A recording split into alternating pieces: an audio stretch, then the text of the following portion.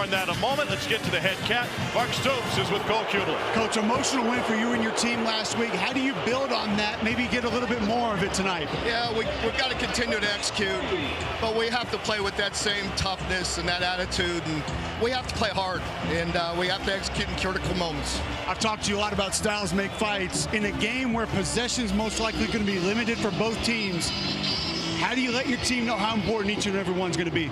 Well, they know that. That's been our mantra the last couple of weeks. I mean, it's really one play at a time, one drive, one quarter.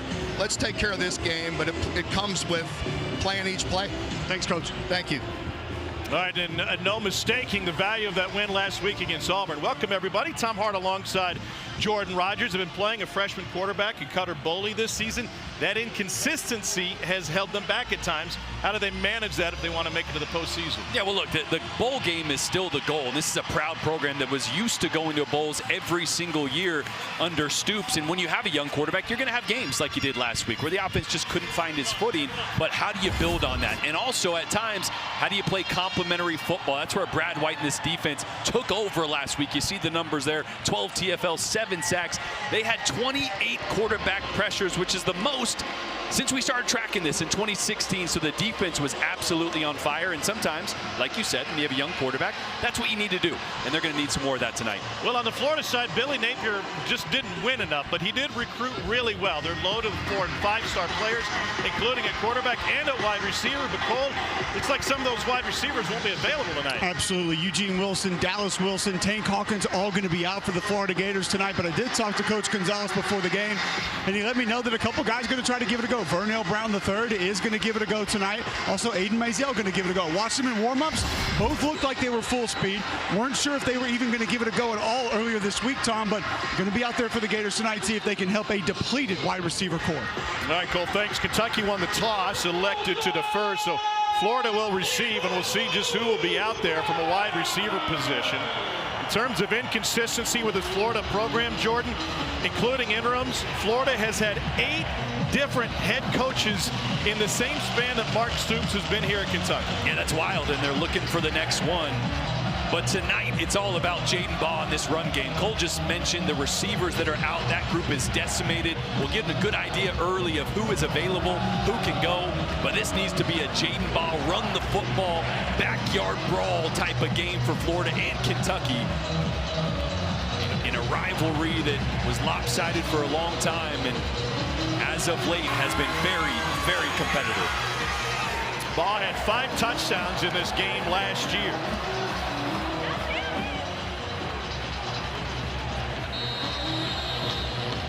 He does everything for him. He's back to return this opening kick. Aiden LaRosse has it on a tee for Kentucky. Cats have won 4 out of 7 head-to-head following Florida's 31-game win streak against Kentucky. And we are underway in the Bluegrass. No return for Florida. And so the much maligned sophomore quarterback DJ Lagway comes to the field, tied for 3rd in the country. He's thrown 9 picks this season. What do you see from him? Well, I see a guy that is still one of the more physically gifted quarterbacks when it comes to arm ability. The problem is the consistency hasn't been there, and it starts with his feet. If you're looking for something to watch with this quarterback, his feet in the pocket have been something that have caused inconsistent throws, inaccurate throws. It plagued him last week against Georgia. If they can clean that up, get the ball out of his hands quickly, that's the best case scenario for this offense. Florida's 123rd in the country, scoring 17 points a game against FBS competition. And here's Baugh on 1st down. Take a look at our impact players, brought to you by Hardee's. Yeah, well, we saw one of them right there, Jaden Baugh. You're going to see a lot of him tonight. J. Michael Sturdivant is the only veteran receiver that's going to be out there for Florida. A lot of young guys behind him on the other side, Alex Safari and Sam Green. They know Florida wants to run the football. The physicality on that side of the ball from those 2 guys is going to be big tonight to slow Florida down. TJ Abrams, the other wide receiver, he's at the top of the formation to Lagway's right. Not a capacity crowd, but a loud one at the outset. Lagway fires to Abrams, complete on the perimeter, brought down by J.Q. Hardaway. Both of these offenses struggle with explosive plays. I was talking with Mark Stoops on the field before the game. I said, kind of feels like 21 might win this. He said, I sure hope so. as Cole mentioned to him, his style of fight, 110th in the country in big play. Yeah, and for Florida, those big plays come when the run game starts to hit, and they come off play action. So they need to get Jaden Baugh going to have those downfield opportunities. Here on 3rd and medium, they got an empty set. They're going to need to protect DJ Lagway. Kentucky was great at getting at the quarterback last week against Auburn. Gators struggled against Georgia on 3rd and 4th down in Jacksonville last week. Lagway trying to escape the pocket, and he cuts back into a host of blue shirts, but powers his way across the line and a Florida first down. It is 6 foot 3 inches and 247 pounds. Well, it's a great job by Lagway. They took away his first option. He knows he's only got to pick up a couple yards, get the big frame going north and south there, run somebody over. That is not the guy that Jordan Lovett wanted to meet in the hole. Did all he could to try to bring him down. A first down for Florida. Lovett had a big game last week in the win against Auburn. It was a close one and a slugfest. Out to TJ Abrams, the redshirt freshman from Fort Myers, only had 6 catches on the season. Well, we haven't seen Vernell Brown III, talented freshman, and now he is on the field with his 2nd and 10.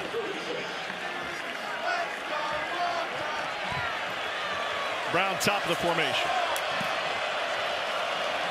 That is a great sign for Florida. If he can give it a go, he's been battling a shoulder injury. 2nd among FBS freshmen in receiving yards per game. Baugh taken down behind the line of scrimmage. It's Sam Green on the stop for Kentucky. Yeah, Vernell Brown, their #1 receiver on the year, 450 yards, almost double any other receiver. The talented freshman was banged up 2 weeks ago, missed the Georgia-Florida game, or Florida-Georgia game. Sorry, Gator fans. Tell the audience, yeah. Last week, so how much he can go tonight is still in question, but him being out there, you got to think DJ's looking his way on 3rd and long. They converted a 3rd down on a Lagway run to start this drive. 4-man rush over the middle. Caught! There's a first down. Vernell Brown III, as you mentioned, a gain of 22.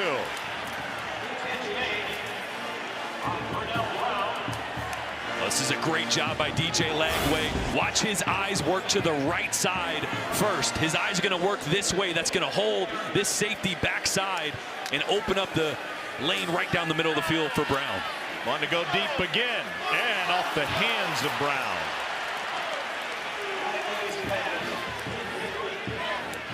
Boy, this offense is just different when Vernell Brown is out there. He's so explosive, so dynamic. And Kentucky's a defense that likes to play a lot of what we call post-high zone defense. It means they're going to have one safety in the middle of the field, a lot of deep zone, eyes on the receivers, letting everything short happen, and they'll rally to tackle. So tough defense to get explosive plays on. Another chance for Baugh. Tried to break free, but he's swallowed up, and he loses a couple. Boy, this defensive front for Kentucky was so good last week. So physical. Not a lot of guys that wowed you with their recruiting stars or their numbers, but it is a physical, talented group up front versus the run and getting after the quarterback. Well, it's 2 for 2 on 3rd down so far tonight. This is their longest yet. 3rd down 12. Pocket holds. Lagway has it tipped and picked off. It's Ty Bryant. Ty Bryant to the near side, and the former baseball star at Frederick Douglass High School playing center field takes it away after a Daveren Rayner tip. Well, we've been talking a lot about the feet of DJ Lagway. It's the hitch to the right. He's late on this. This ball needs to be thrown without that big, exaggerated hitch. Watch his feet work right there. See that hitch, how he moved to the right and then threw back to the left? That's why he's late. Allowed the defender there to undercut. Daveren Rayner, and the interception by Ty Bryant. Boy, after a couple good plays for Florida, those are the mistakes, the inconsistency we've seen out of DJ Lagway. And now another interception gives him double digits, 3rd most in the country, most in the SEC, obviously. That's been the story of the year. And it comes after a pair of third down conversions on that drive. Cutter Boley comes to the tight end, Josh Caddis, who gets taken down immediately, but a pickup of 4 on first down. Devin Moore the stop. Yeah, this has been great to watch Cutter Boley develop as a young quarterback. First 4 games, a little up and down. He saw some good things, and in the last 3 games, the emphasis has been get the ball out of his hands quickly. Allow him to make fast decisions. They've really changed schematically who they are in the passing game, and it's looked a lot better for Boley at times. They've been leaning on #1 Kendrick Law, and now Seth McGowan takes it across the left side. To meet the impact players, brought to you by Hardee's, with Kentucky having the ball. Yeah, you mentioned Seth McGowan. They got to get him going on the ground. He's their most explosive player in the backfield. Kendrick Law, he's their guy. They're going to get the ball out in space. Let him try to make a guy miss. Great speed and athleticism. And on the other side, Jordan Castell and George Gumbs. Massive games last week for both those guys against Georgia. They'll be all over the field tonight. Third down 3. Neither one of these teams has been good on third down conversions this season. And floated into the hands over the shoulder. Hardly Gilmore, the 4th, converts the third down. Beautiful touch by the young quarterback, Cutter Boley. Yeah, watch the defender underneath, trailing this route from Hardly Gilmore. And he's got to put this over the top of the defender. Puts a little air on it right out in front. That is a difficult throw because that's not how it usually looks at practice. That's usually just a line drive out there to the flats. Great little adjustment from this young quarterback. Now Jason Patterson in at running back for Kentucky.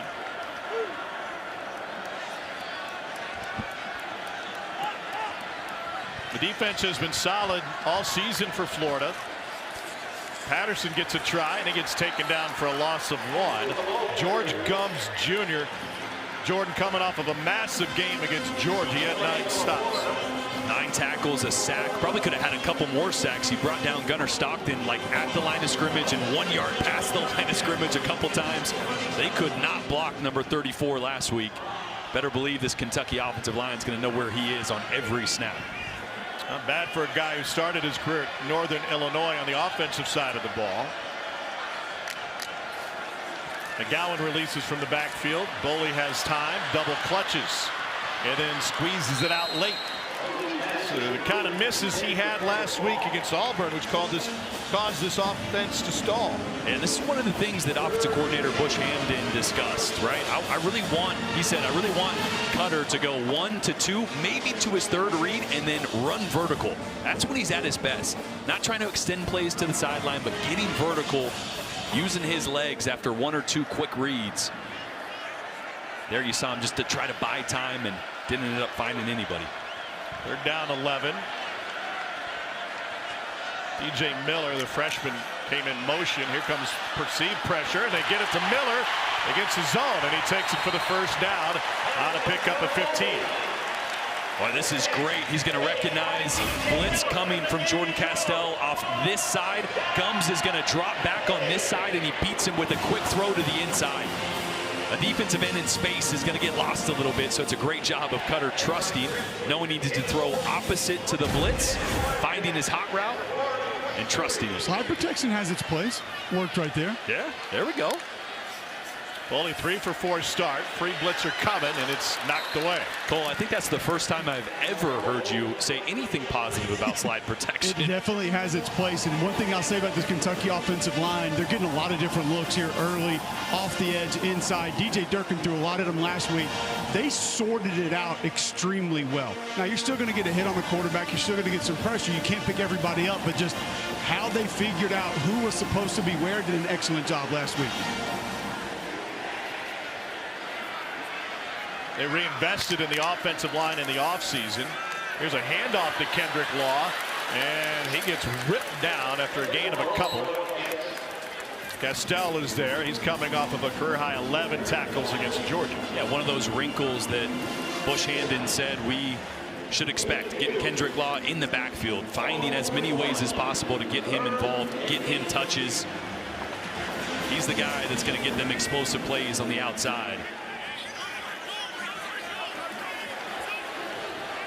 Been a productive couple of weeks for Law, transferred from Alabama. Pressure from the right side, spits it out to the left, and incomplete through the hands of Dante Dowdell.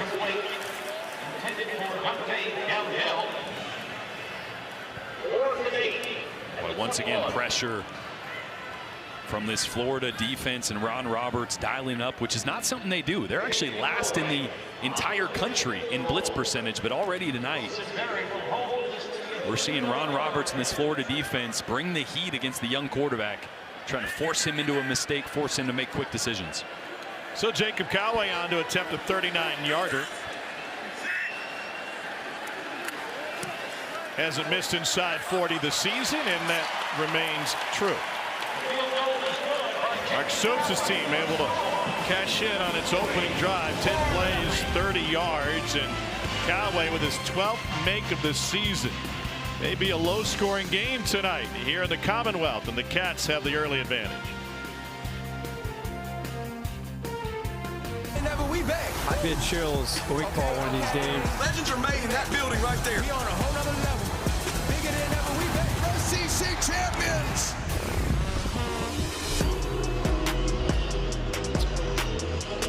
Early lead for Kentucky, 3-0 after Cats' first possession, and Florida with a DJ Lagway interception. Well, mentioned it to Mark Stoops as maybe a game of limited possessions tonight because of lack of explosiveness from both sides, but their ability to string together drives. Jaden Baugh averages 27 yards per return. They kick it the other way, and no return for Florida. Let's learn more about the Kentucky defense. Yeah, simulated pressures last week were massive and led to a lot of the problems for this Auburn offense. It looks like 6 or 7 guys are going to come, but when they drop out, only 4 are coming. So you don't sacrifice anybody on the back end in coverage, but it looks and feels like blitz to the offensive line. Again, 4 guys up here this time. Linebacker's going to come off the side. This looks like blitz to the offensive line, but because they drop the end off on the other side, it's still only a 4-man rush, but you create one-on-one matchups like you do over the middle of the ball there, and led to a lot of success getting after the quarterback last week without sacrificing guys in coverage. They've gone against young or rookie centers in 2 big conference games, Cole, both against Texas and last week against Auburn. They don't have that same luxury tonight with Jake Slaughter in the middle for Florida. Jake Slaughter runs the show. That was the exact quote we got from Billy Gonzalez, talking to DJ Lagway as well. Just how important it is to have a vet that can just handle things, do things the right way. Jake Slaughter, extremely valuable to this Florida football team. He's allowed 1 sack on 499 snaps coming into tonight's game. 5 yards on first down. Here's Baugh again. And Baugh gets taken down after gain of a couple with Rayner. Now Lagway's got to figure it out on 3rd and 3. They converted a pair of 3rd downs on their first possession, including one on a quarterback scramble.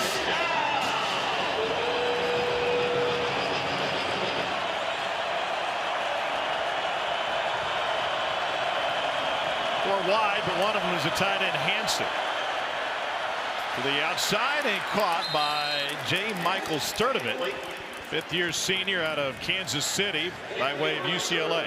And remember, there's different play callers here in the booth, and I say play callers because Russ Callaway there on the left is the offensive coordinator. Ryan O'Hara on the right, or center screen, is the quarterback coach who's going to be calling the plays. So it's a combined effort in the booth to put this game plan together. Remember, Billy Napier was the sole play caller for 4 years.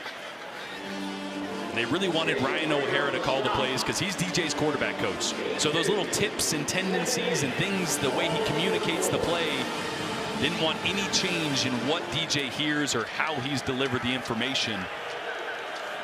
Well, they're trying a collaborative effort. Steve Spurrier Jr. is the quarterback coach on the field.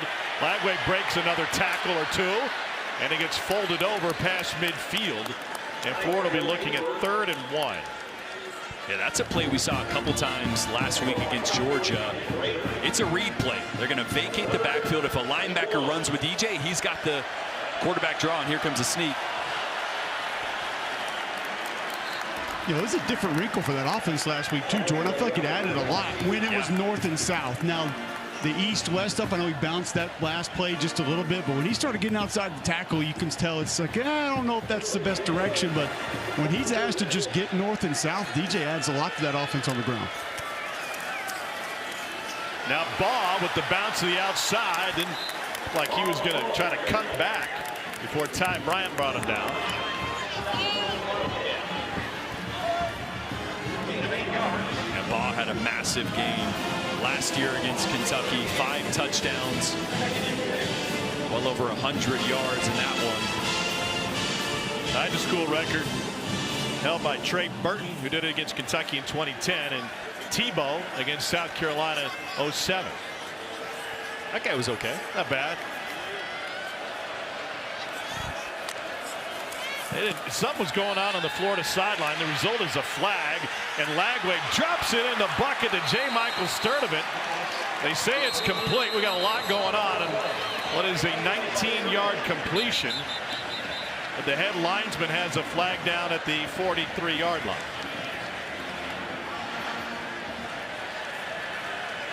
That one's coming back.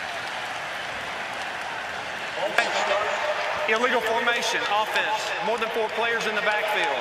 5-yard penalty, 2nd down. Billy Gonzalez was trying to catch his offense's attention pre-snap. Yeah, one of these receivers down here at the bottom has got to be on the ball. They are both off the ball. That means 5 guys off the line of scrimmage. Billy Gonzalez, obviously the interim head coach. He was the receivers coach, so that's his room, but he's kind of splitting duties now. He's been there under 3 different head coaches, a dozen years in total on the Florida staff. Baugh again bends it back to the inside. Another stop for Ty Bryant.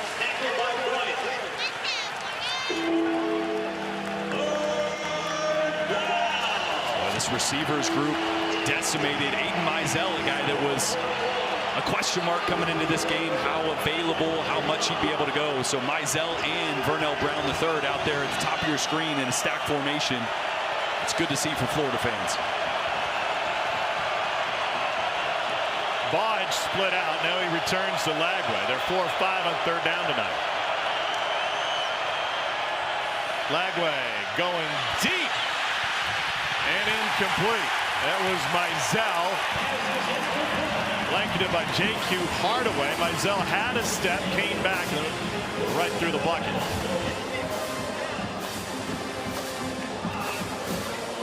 All right, thank you, gentlemen. We welcome those of you who watched Vanderbilt survive in overtime over Auburn, 45-38. Tom Hart, Jordan Rogers, Cole Kublik at Kroger Field in Lexington, where Florida's on its 2nd possession of the game, but punting it away. DJ Lagway threw his 10th interception of the season on Florida's 1st possession, and then Kentucky settled for a field goal. Kamori Macklin back healthy again, and he muffs this one into the hands of the Gators. The long snapper, Rocco Underwood. Right place, right time, and now a short field for the Gators. Macklin was not available last week. He was injured. They switched punt returners. They went back to him for his dependability tonight and for the style of kicks they'll see from Florida. This one went right off his fingertips. Look at the hands by the long snapper here. Macklin just didn't get close enough to the ball, didn't track it well. Look at the hands.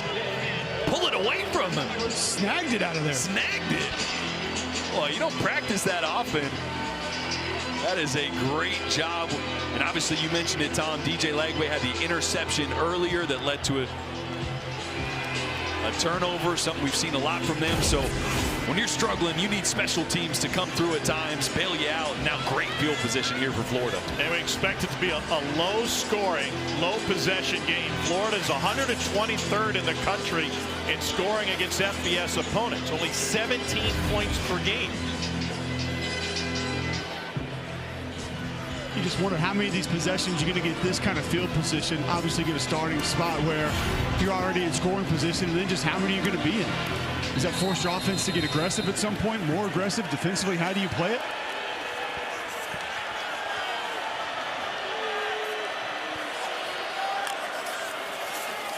Ball gets a touch and he gets swallowed up. And obviously he's a point of emphasis for this Kentucky defense after what he did in this matchup last year when he ran for 5 touchdowns.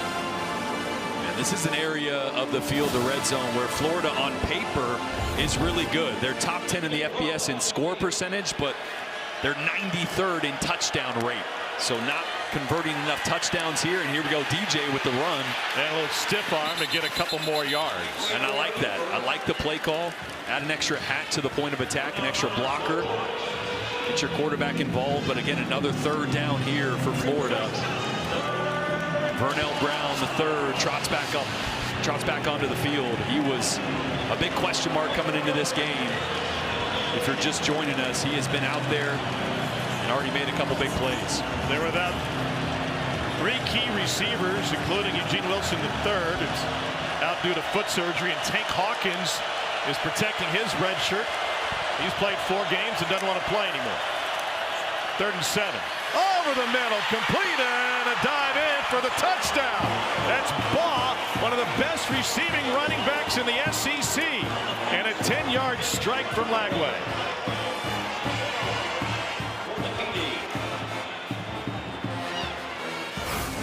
Well, I want you to watch Godfrey right here in the middle.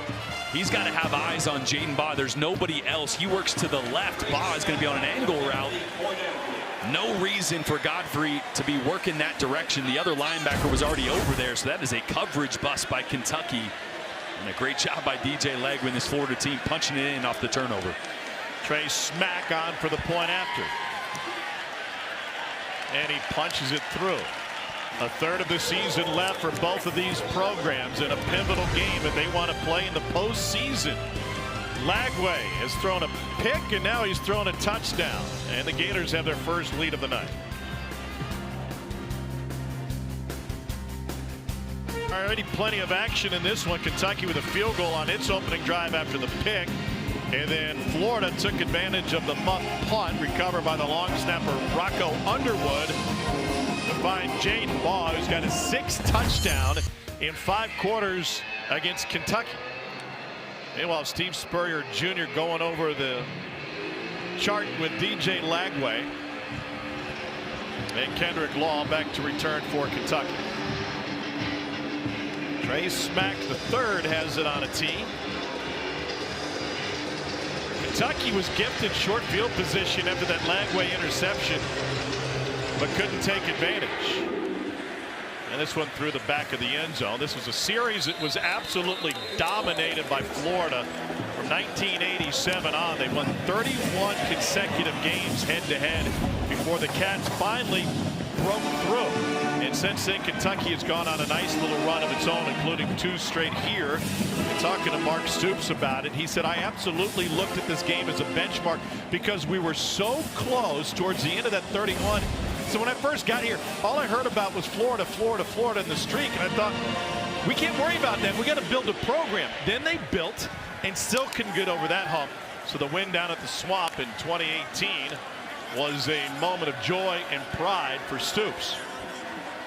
It had signaled to him, to this fan base, and to the SEC that the program had arrived. Boley trying to check it down to Law after the pump fake. That was dangerous. And ill-advised as it ends up losing a handful of yards. And we got some extra pushing and shoving. It's a loss of 7. Yeah, it was the right decision by Boley. They're trying to pump the throw to Law and hit a shot downfield, but Cameron James for Florida got in the face of Cutter Boley, caused that ball to flutter and sail a little bit. And now well behind the sticks.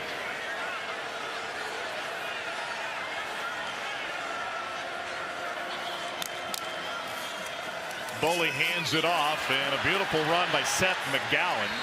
A nice visit with Seth this week, who started his college career at Oklahoma, got into legal trouble and had to bounce through a couple of different junior colleges, then New Mexico State, and now he's turned into a leader on this Kentucky offense. Cole, he's a guy that Bush Hamdan can lean on. I love the fact that Bush Hamdan said when things begin to go haywire at practice, he can look over to him and just say, really? And he's the only guy that can kind of get everybody back in line. Doesn't he have to say much to be able to get that done either? He said his various stops. That's the end of the first quarter. Really built his leadership skills, dealing with guys with different goals, different skill sets. Low scoring first quarter as expected. Florida has the lead in a series that dates to 1917. Cats and Gators to the second quarter. Gonzalez moments ago with Cole Kublik. Coach, you told me number one thing on your list when we talked before the game, protect the quarterback, obviously protect the football as well. Second hasn't happened, but how do you feel about the first, and how can you build on that offensively the rest of the way? We got to continue to keep pressing forward. I obviously would like to continue to keep running, and we've hit some solid runs, but then we've been stagnant in a couple of the runs. The pass game has been solid. They've been playing zone. They played one snap of man-to-man coverage, so we've got to be able to take advantage of it. We threw a chopper, a fade route to Aiden, a little underthrown, but we want to be able to say we're going to go make that play as well to be successful. Thank you, Coach. Thank you. All right, Cole, great job. Cutter Boley to Willie Rodriguez, and now going to the perimeter, and that is hauled in by Kendrick Law. Good for a first down. But I love the tempo there coming off that first play. Kind of caught Florida off guard for a second. A lot of communication issues in the back end there, and led to another chunk play. This is only the second possession of the game for Kentucky. A muffed punt limited them to only one crack at it in the first quarter. Dante Dowdell rips off 7 on first down. Once again, Kentucky going with a little bit of tempo. Simplifies it for the redshirt freshman quarterback. Pressure from the edge goes right to him. DJ Miller squeezes through for the first down. But DJ Miller's a guy that's going to be really good as he starts to develop. Just his 4th game. First snaps of the year came against Texas. Went for 120 yards and a couple touchdowns against Tennessee a couple weeks ago. He's got a bright future. Full steam ahead for Dante Dowdell. Well, both of these offensive coordinators throughout the course of the season tried to simplify it for the young quarterbacks. For Kentucky and OC Bush Hamdan, it's about getting the ball out quickly and eliminating some of the post-snap decision-making. They got trips to the near side. They don't show that very often. And Dowdell once again called on. Sharif Denson the stop. Yeah, tempoed into actually quads because they had the 3 receivers down there and the tight end to that side. So they are forcing this Florida defense right now to communicate, to make adjustments based off formations. And they're sprinkling a little tempo in right now. I love what Bush Hamdan's doing on this drive.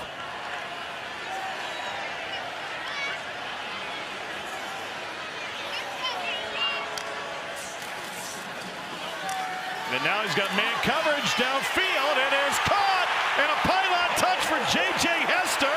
Touchdown, Kentucky. 29-yard strike for Boley. What amazing awareness by Hester to put the ball on the pylon for the score.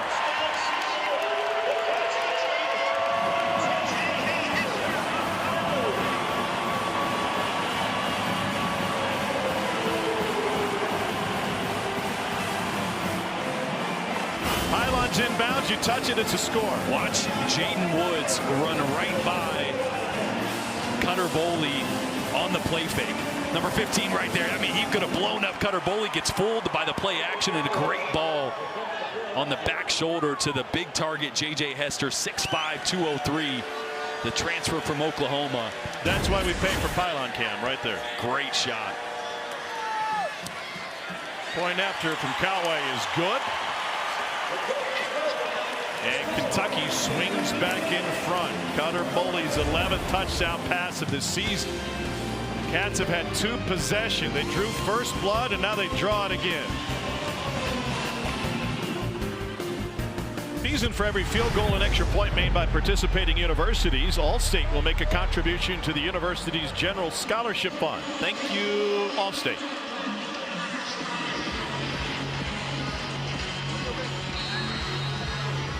Kentucky had a field goal on its opening possession. It missed out on their next possession thanks to a muff punt, then a 9-play, 75-yard drive. Get on the board, and back in front. And a sidewinder through the back of the end zone and no return. So Florida's looking for a head coach once again, and this is the standard that they're looking to hire against. Steve Spurrier won it all in '96. Urban Meyer won 2 national titles since then. Well, not much success. Muschamp, McElwain, Mullen, and then Billy Napier had the worst record among that group. Shown the door before the bye week this year. And a .589 combined winning percentage, those 4 coaches since. Billy Gonzalez was on numerous staffs going back to the national titles with Urban Meyer. And now he's the interim head coach to close out this season. Here's Baugh straight ahead, and he picks up 8. That is a tough standard to live up to, but Scott Strickland talking to us before the game, he said, I like the fact that we have a big pool to choose from, and people are answering the phone when we call. Yeah, everybody's going to answer the phone when Florida calls. Obviously the brand recognition, the history, but also the resources.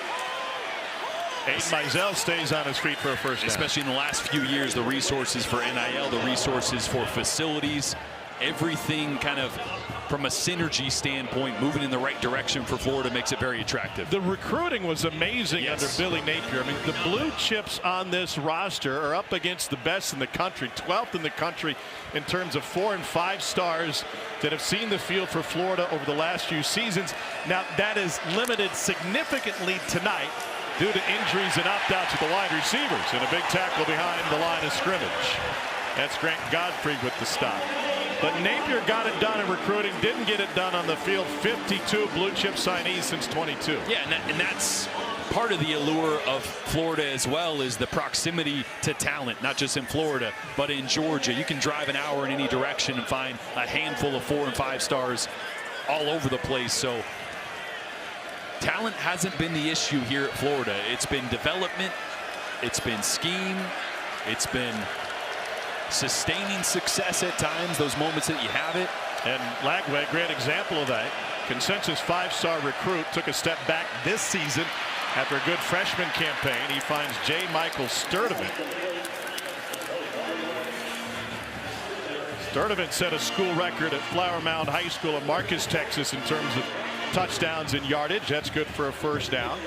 And one way in the last few weeks that this new staff, well, not new staff, but guys in new roles trying to get the most out of DJ Lagway has been less movement pre-snap, less motions, less shifts, trying to simplify things so that DJ can process a little bit faster, have a better plan pre-snap, and hopefully a better result post-snap. We got a whistle pre-snap.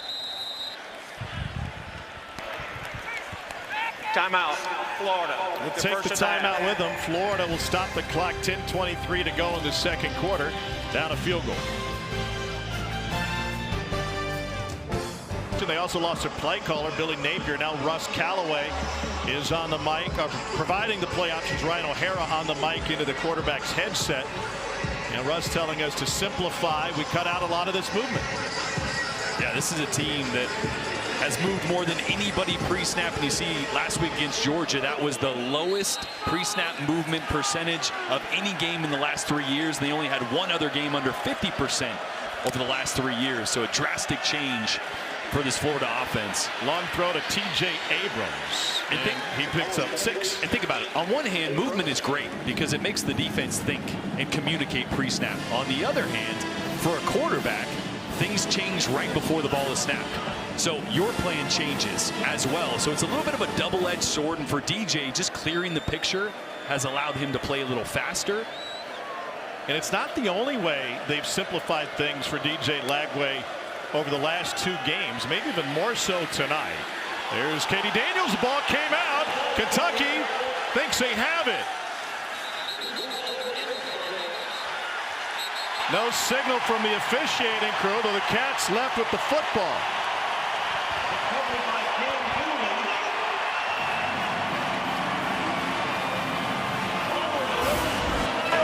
The ruling on the field is a fumble recovered by the defense. First down, Kentucky. And the ball was loose. Cam Dooley ends up picking up the loose ball. It's a second takeaway for the Cats tonight. Oh, it actually looks like it hit the leg of Cameron Waits, the offensive lineman there, 75 for Florida. I think the right calf maybe. Well, we talked about it. Possessions were going to be limited in a game like this. We already saw the turnover on the interception from DJ Legway. We saw the special teams mishap by Jamori Macklin. And now Kentucky gets one back on the fumble.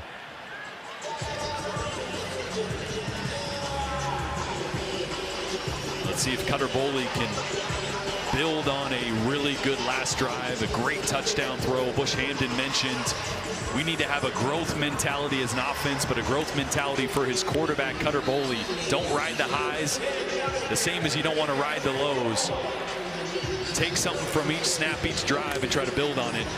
Well, for those of you that weren't with us for our award-winning open, Jordan pointed out that this Kentucky defense has been a security blanket for Boley, who, like many young quarterbacks, has been inconsistent. Seth McGowan over the right side and fights for plenty of extra yardage. He picks up 5, and so that allows you some wiggle room to be inconsistent, even though that's not what you want. No doubt. Yeah, when your defense plays the way it did against Auburn last week, an Auburn team that, put up 38 on Vanderbilt today in overtime. Not a shabby offense, and Kentucky shut them out last week and really helped because Cutter just wasn't seeing things clear. Threw a couple interceptions, could have had a couple more last week. He was off target a lot. They run it right side. Just 18 of 29 for 161 in the win against Auburn. Now 3rd down and 3 on the field. Cats are 3 and 4 on 3rd down tonight. That true freshman Cameron Miller trotting out there at the top of your screen. Number 22, dynamic young athlete.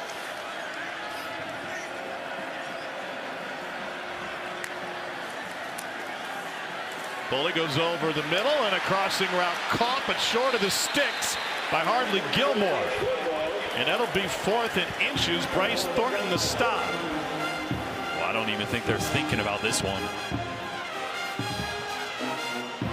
What's really interesting, given the style and speed of this game, they're going to go big, and they go jumbo. 5 of 12 on 4th down this season.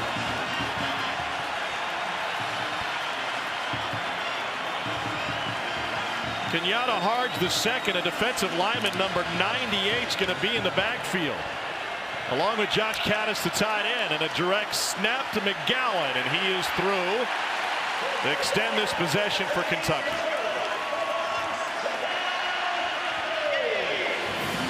You bring a defender in, number 98, to the right of McGowan here. You got to hit somebody. You only get a few opportunities to do this. You can't win. I mean, he did his job, though. As long as you make that defender go outside of you, you're protecting the runner from the inside. But if you're a defender, you got to go lay somebody out. Either way, 1st down. Good play call. And a bounce to the outside by McGowan. Cole, really interesting story spending time with Seth McGowan this week and learning how he views leadership. Well, I tell you, he's been through a lot in his life, made some mistakes, and just talk about kind of distributing that to these players, the appreciation for what he has, the appreciation for what they should have as a college football player. Talk about how much he loves the game. He's given the game his life.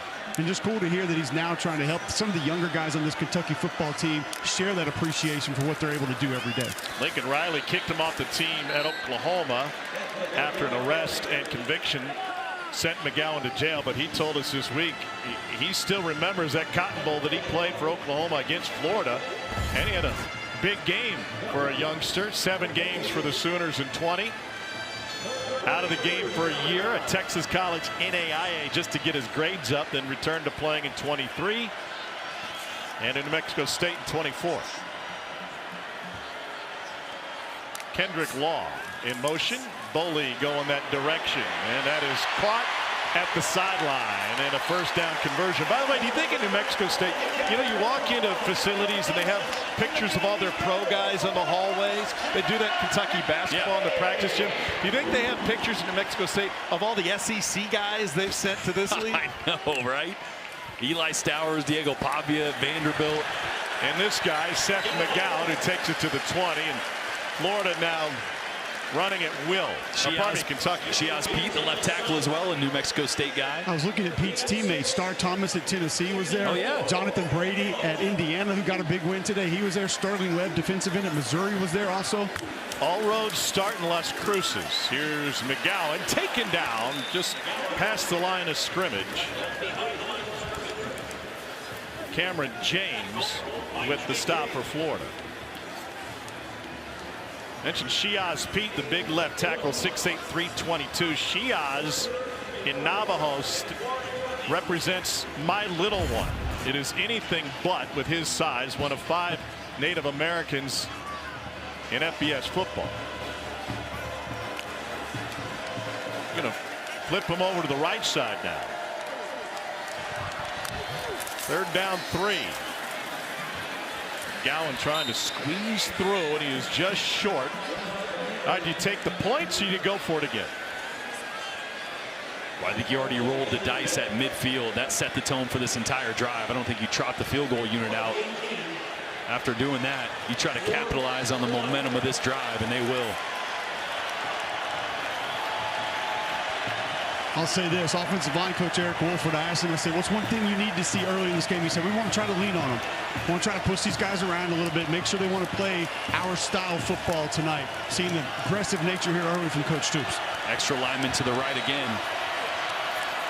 Law in motion. And around the edge. Picks up the 1st down.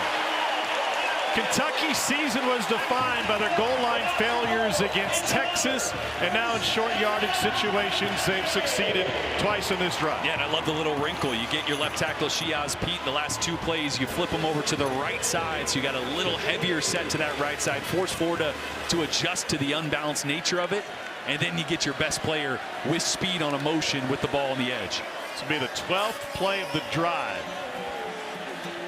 Going to keep their foot on the neck of a program that's playing under an interim coach. Boley down the sideline. Touchdown, Jason Patterson.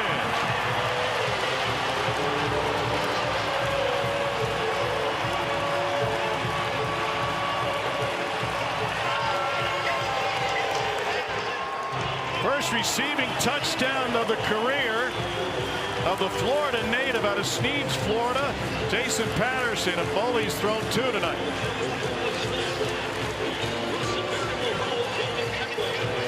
It was a short field after the fumble, and the Cats cover 59 yards in 12 plays, and Mark Stoops has to feel good about where this game stands right now.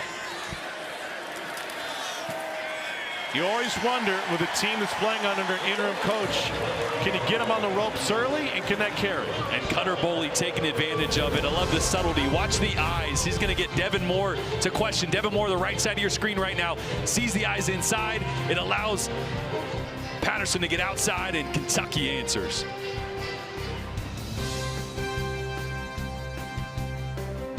Saturday night is presented by T-Mobile 5G Home Internet. If you didn't know T-Mobile has home internet, you do now.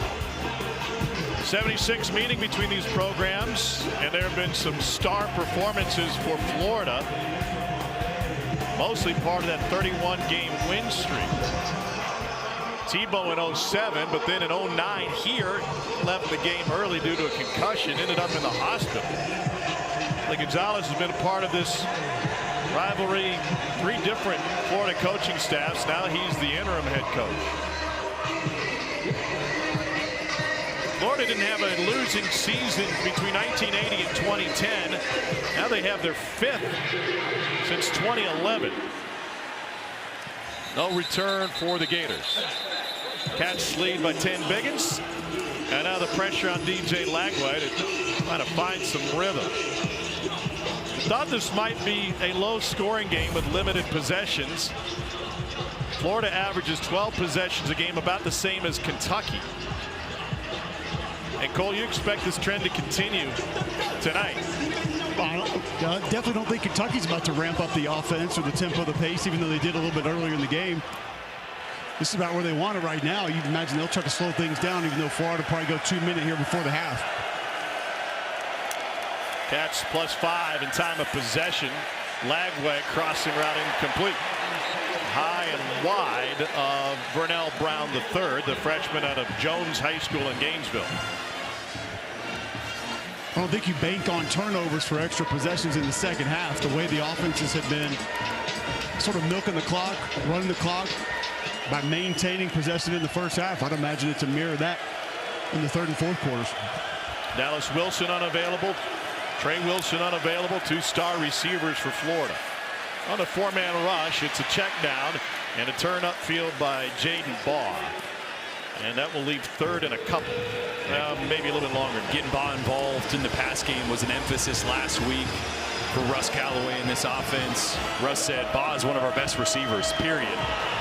Want to try to get him more involved. It's not as easy against this scheme that Kentucky has as it was against Georgia, but helped out there to set up a more manageable third down. Gators have turned on the trend. They've been sensational on third down tonight. Another check down and behind Baugh, incomplete. 4th and 4 with 2:47 remaining in the half, and here comes the Florida punt team. Yeah, that time DJ just got a little impatient getting to the check down. His first and second read weren't there, but he didn't have pressure on it. If he holds that just a little bit longer. Number 46 for Florida is wearing 82. It allows Baugh to at least get his head around. Maybe had a chance there, but the electric Kendrick Law stands at his 27. Tommy Dolman has been great all season. That is not a typical result. It took a Kentucky hop, and it's only a 24-yard punt.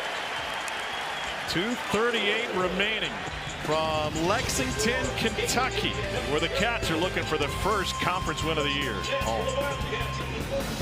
Point Kentucky lead on Florida, and this week is Sports Communicators Membership Appreciation this week. Tonight we recognize Scott Burns of Florida and Susan Lax of Kentucky, better known as Slack. She does about everything for this program and these players. Got to start on the women's basketball side, and as respected as any sports information director working under the Hall of Famer Tony Neely, or with the Hall of Famer Tony Neely here at Kentucky. And not only that, threw a heck of a birthday party last night. Yeah, I didn't get the invite. Where was the party at? We went to the Vine. Great new place. Yeah, next time heard you're of in. it. Yeah. Balance it out. Then Austin city limits. Yeah. Little good. Little dirty floor. Finish. Productive second quarter. Kentucky held to just one first quarter drive. And they're going to bleed every second. In fact, this will take us to the 2-minute timeout.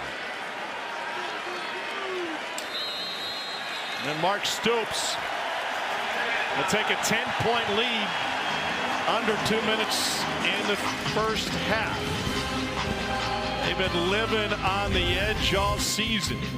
See if they take a chance to try to punch it in. The defense has been fantastic, and the Cats lead by 10.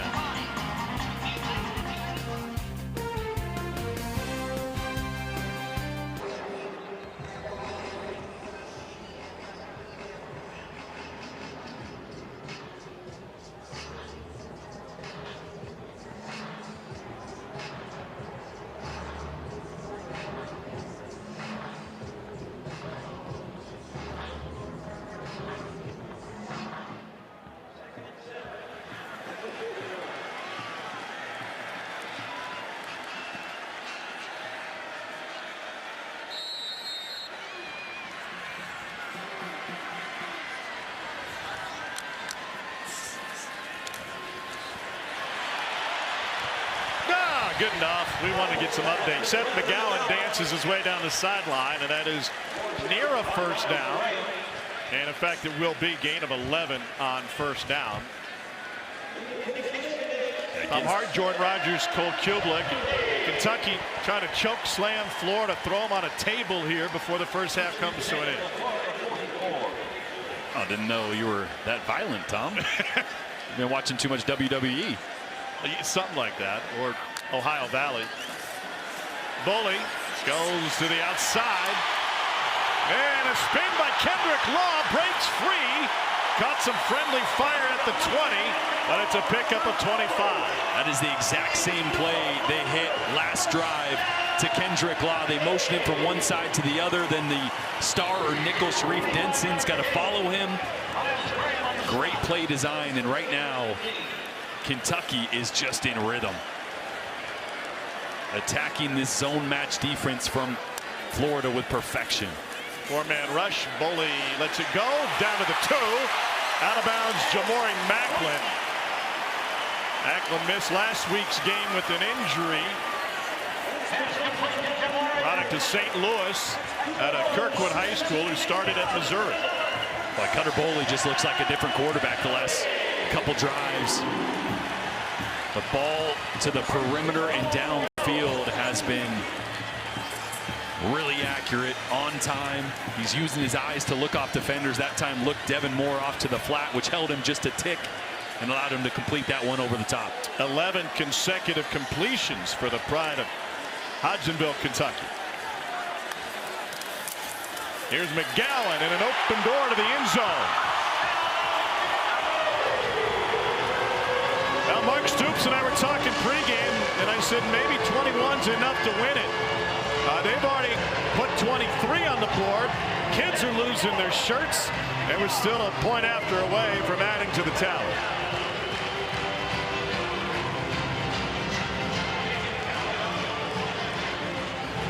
Remember when we were down in Gainesville in 2018 and they had lost 31 in a row, and we were just kind of having fun with the way the series had gone, and you'd have to get in the Wayback Machine to 87 to find the last time they won. Now I get the feeling that Florida might feel like that. Callaway with the point after. Just hope Cole doesn't jump in a pool again. Boy, big plays have been the story for Cutter Boley. I love the design, getting Kendrick Law in one-on-one matchups downfield, letting him do the rest with the ball in his hands after.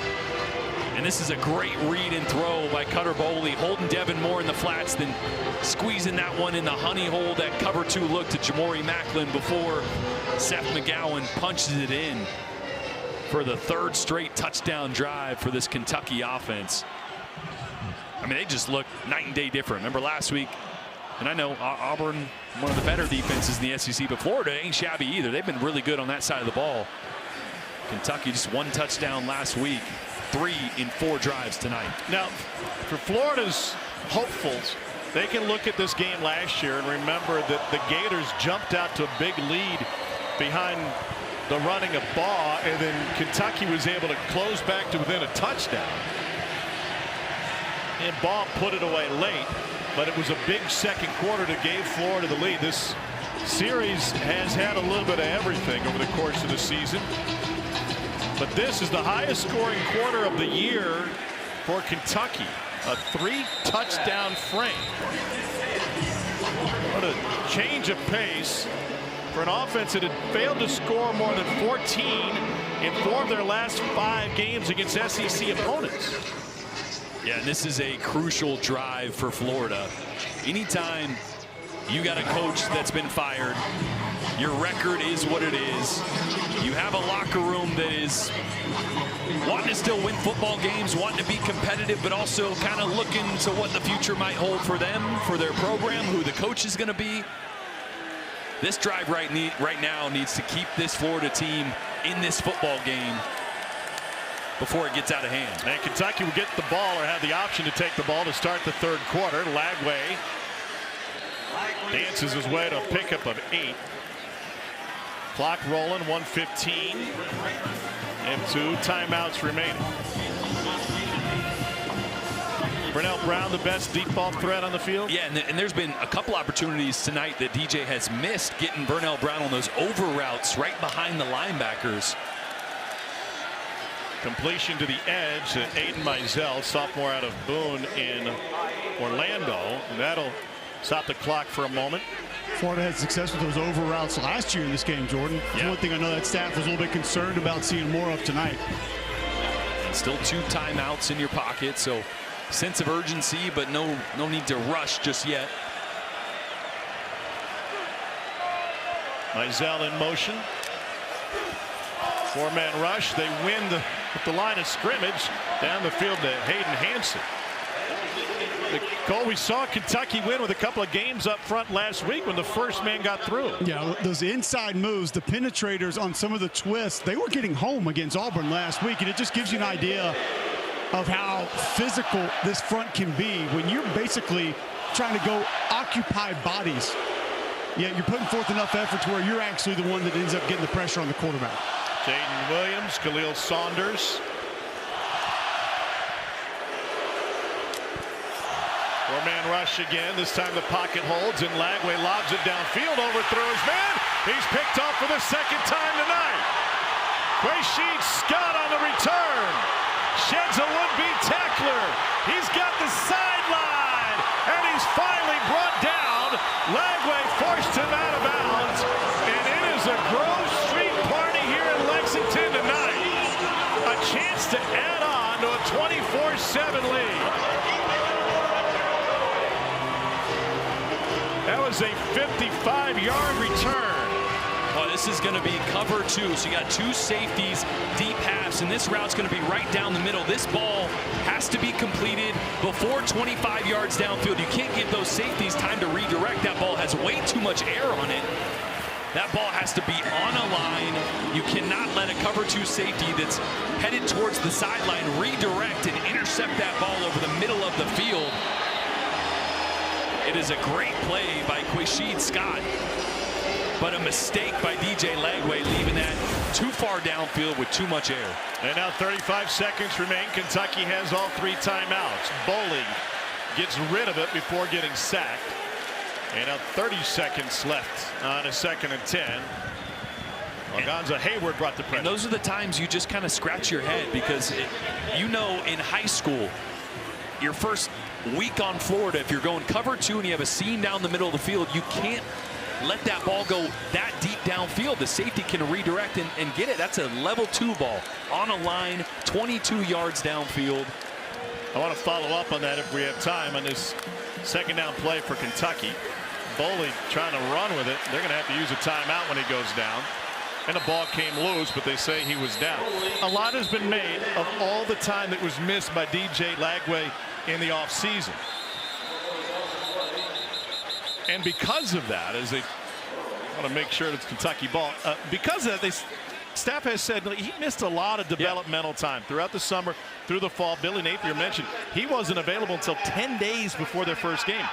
But what you're saying is that was such a basic play and route that missed time shouldn't matter. Yeah, if you played football, you've played quarterback, you know in cover two, you got to get the ball downfield, down the middle, or down the sidelines, but it's got to be 18 to 22, maybe 25 yards down the middle, but any further downfield than that, you give safeties time to redirect. So his feet have been a big issue this year. The urgency, he has to speed his drops up so his decisions match that.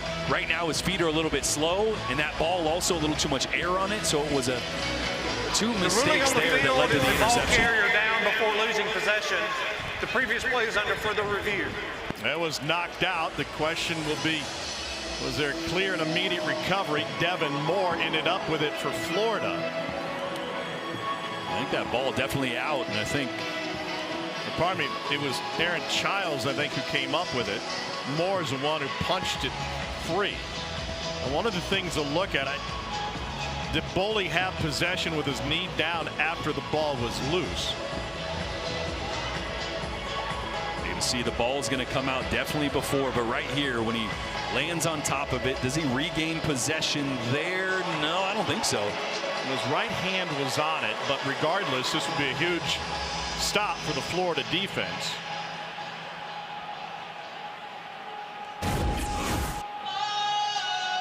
Steve Marlowe is our white hat tonight.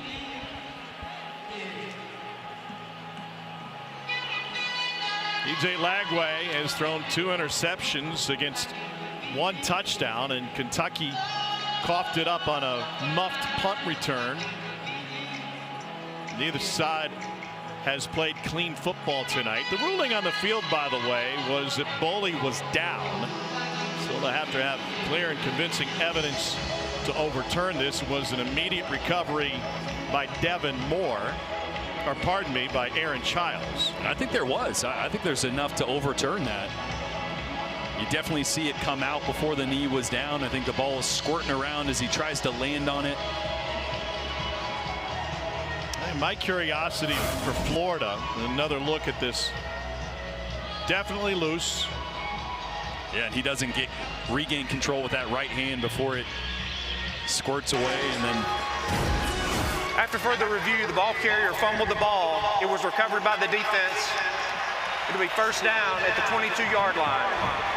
Please reset the game clock to 22 seconds. So regardless of if Florida takes a shot with 22 seconds left in the half, I just wonder how you can get DJ Lagway back in a frame of mind where you can score enough points to get back in this game and find some explosives. Or is the second half enough just to try and grind this thing out if you're Florida down 17? Yeah, I think get him back in rhythm first. And I think early in this game, Quay'sheed looked good. His feet were fast. The ball was coming out on time.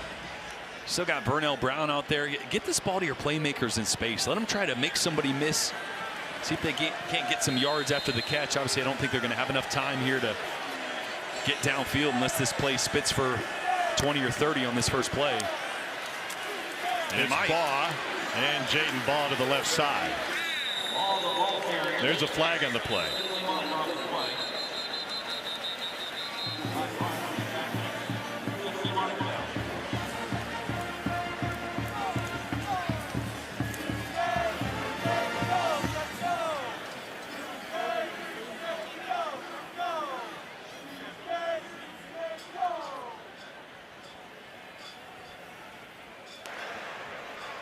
Holding.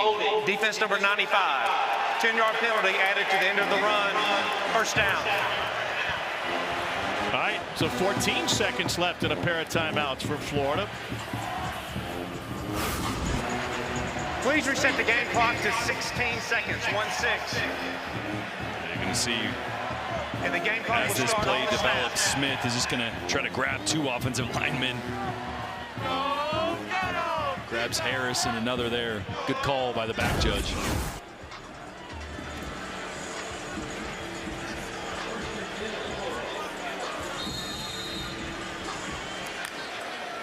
"16 seconds and a spike."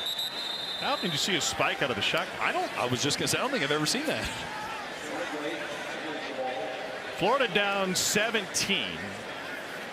Their largest deficit come back from on the road. Please reset the game clock to 15 seconds. In 2003, when the Gators were down 18 and came back to win.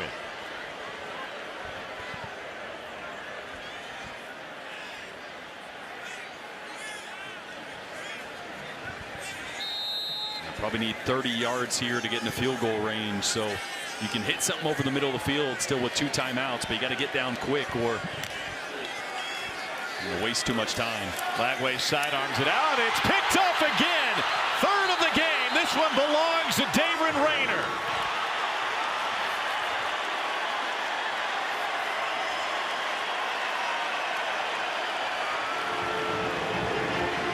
Two picks for Kentucky have come on tips. 1-0. Thank you.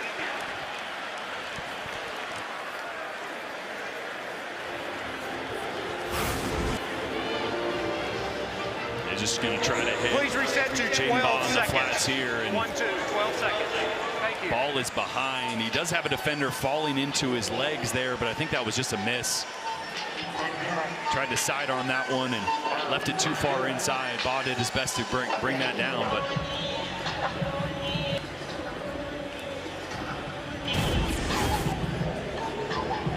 well, why not? Kentucky's got a couple timeouts. Boley the second quarter, 10 for 11.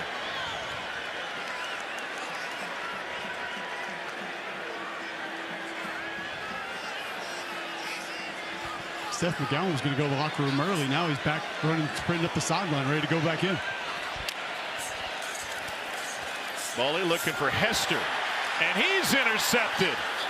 It's Bryce Thornton who slid underneath it. These teams playing hot potato here late in the second quarter. Yeah, this is a inexperienced mistake Please reset the game clock to from 8 Cutter seconds. Boley. He's got a cover 2 look to that side. You cannot try to throw a hole shot into that cover 2 to a single receiver side because you have nobody holding the corner there. Devin Moore, who's pointing to the safety, Bryce Thornton. Cutter knows he made a mistake there.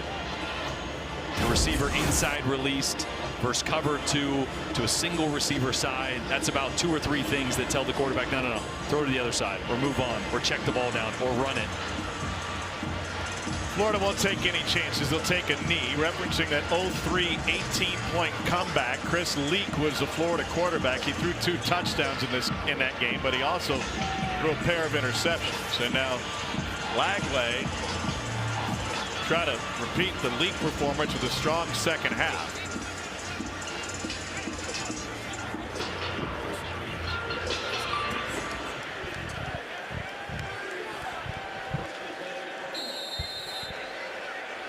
DJ Lagway 11 of 19, 83 yards, 1 touchdown, 3 picks. Cutter Boley 2 touchdowns, 1 pick. A 21-point second quarter for Kentucky gave them the lead, and 4 turnovers in the last 7 plays to end the half. That got weird. But remember last time we were here, we saw 3 fumbles on 1 play. Something about you in Lexington. Football's a grease pig. Going back to the county fair. Cats will get the second half kickoff. Mark Stoops has looked at this game and this rivalry as a barometer for where his program has been back to 2018 when they snapped that long losing streak, and he might be a little bit peeved about the turnovers. Let's get you down the field. Mark Stoops with Cole Kubler. I'm going to try to get you to block out the last 2.5 minutes of that football game. Your quarterback was in rhythm. Your offense was going early. How do you continue that in the second half? Yeah, the first 2-minute drive was good, right? And then after that, I don't even know what happened. I got to go back and process that. But you know, I feel like we're playing good in all 3 phases. You know, obviously we can't have a fumbled punt return. We got to clean that up. But you know, taking care of the football, that's a big thing. We have a chance to really take a commanding lead, getting the ball in the second half. We just can't turn it over there. How does Brad continue to show some of the things defensively to keep causing confusion for Florida's offense in the second half? Well, we just got to continue to be disruptive, mixing it up. I thought you know, the guys are playing well. We're disguising some coverages, making some plays. So just got to keep it going. It's going to be a 4-quarter game. Thanks, Coach. Okay, thank you. Highest scoring quarter this season for Kentucky, and it's a 24-7 lead at the half. And now let's get to the studio. Here's Daveren again.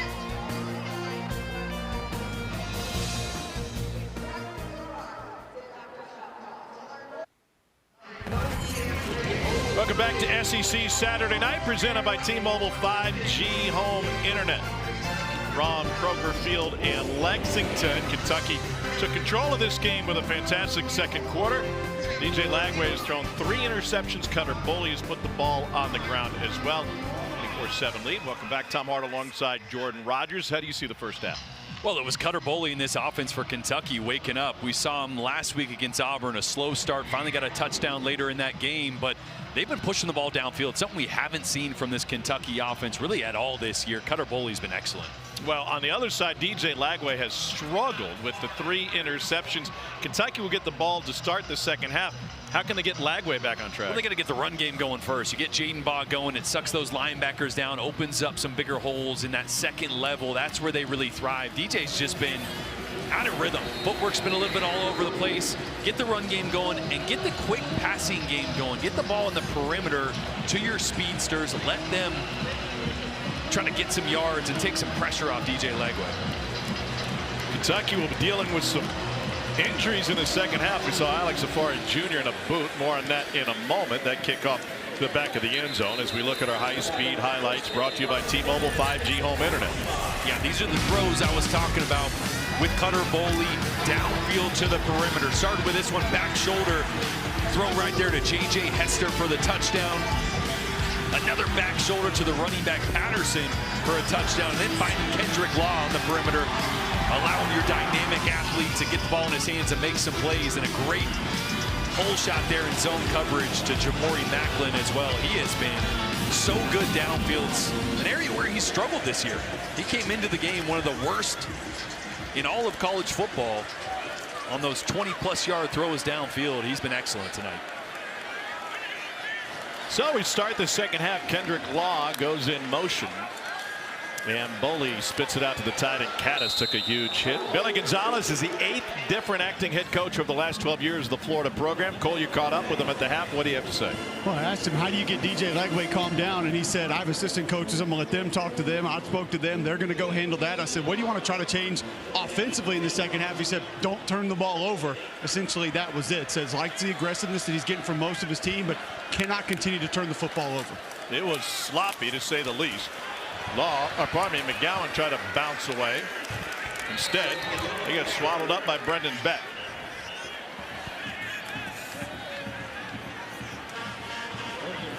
That was something that Bush Hamden mentioned. Seth McGowan bouncing those runs a little bit too much last week against Auburn. We talked to Seth about it. He goes, look, I played in JUCO. I played at New Mexico State. Sometimes those blocking schemes aren't as clean as they are at this level. I kind of had to learn how to create. So trying to break some of those bad habits. Now he's got a little more consistent blocking in front of him here at Kentucky. Yeah, he insisted it wasn't always a clean look. Boley steps up. He's going to try to run for it. Then he breaks from the pocket to pick up the first down with his legs. And the pile moves all the way past the 40. And this is exactly what Bush Hamden was talking about when we talked to him a couple days ago. The ability to go through your progressions quickly. 1 to 2, you see him looking to the right. It's not there. Get vertical. Don't try to escape the pocket back into the side. A lot of times quarterbacks, that's where you're comfortable, right? Escaping deeper. But often those runs much more successful when you get vertical and punch the bubble of the pocket. Great job there by Boley. Devin Moore is being helped off the field, assisted by the athletic training staff. This is a Florida secondary. As you see Boley's improvement after the opening drive. Florida secondary is without 4 key players in their game against Mississippi State. They mostly got all of those guys back, and that includes Jordan Castell, the safety, who missed his first game all the way back through high school. Started last week against Georgia, and back out there tonight. Boley rolls the pocket, and he gets rid of it to Kendrick Law. He had nowhere to go. He was blanketed by Sharif Denson. Denson finally getting the better of Kendrick Law. That matchup went in Kendrick's favor a few times in that first half. It's going to be about adjustments, right? Kentucky found a nice little wrinkle moving Kendrick Law from one side of the field to the other, forcing Denson to come down out of the back of the defense and guard him in space.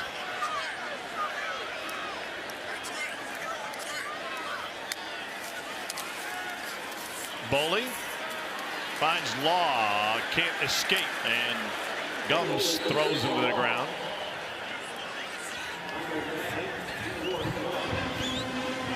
Boley picked up a first down with his legs to extend this possession a few plays ago, and now they look at a 3rd and 7. Their average distance to gain 5.5 yards. Yeah, this is where this pass rush, George Gums working on right tackle.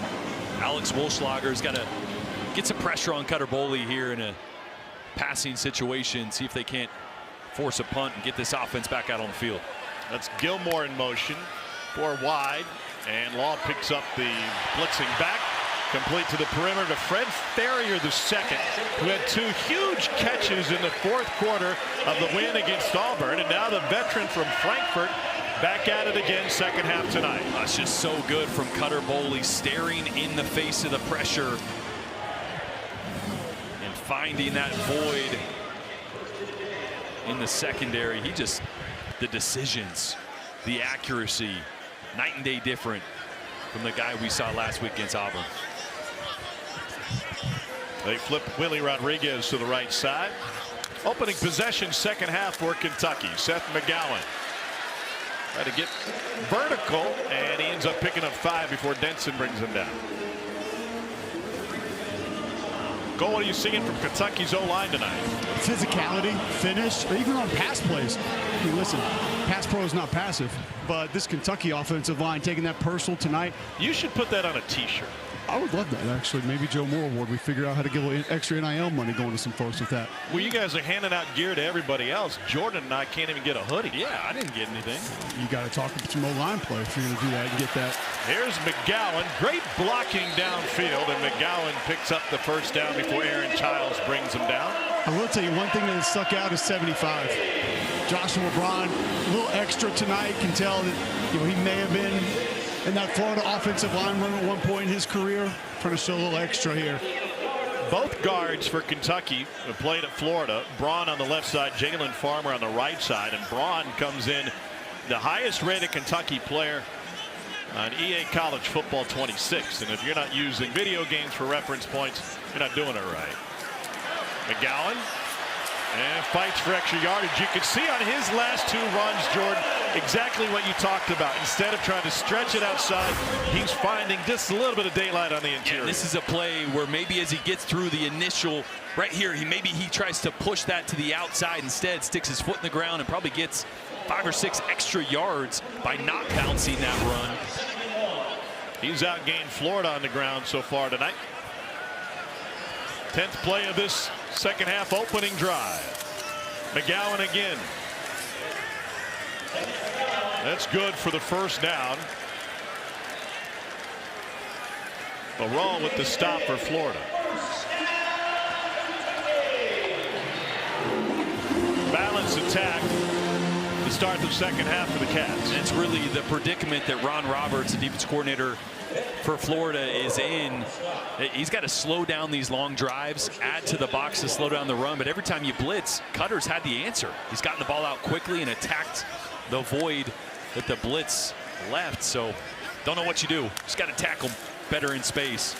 Now it's Dante Dowdell, and he nearly broke free. Kentucky, by the way, trying to snap a 10-game home conference losing streak.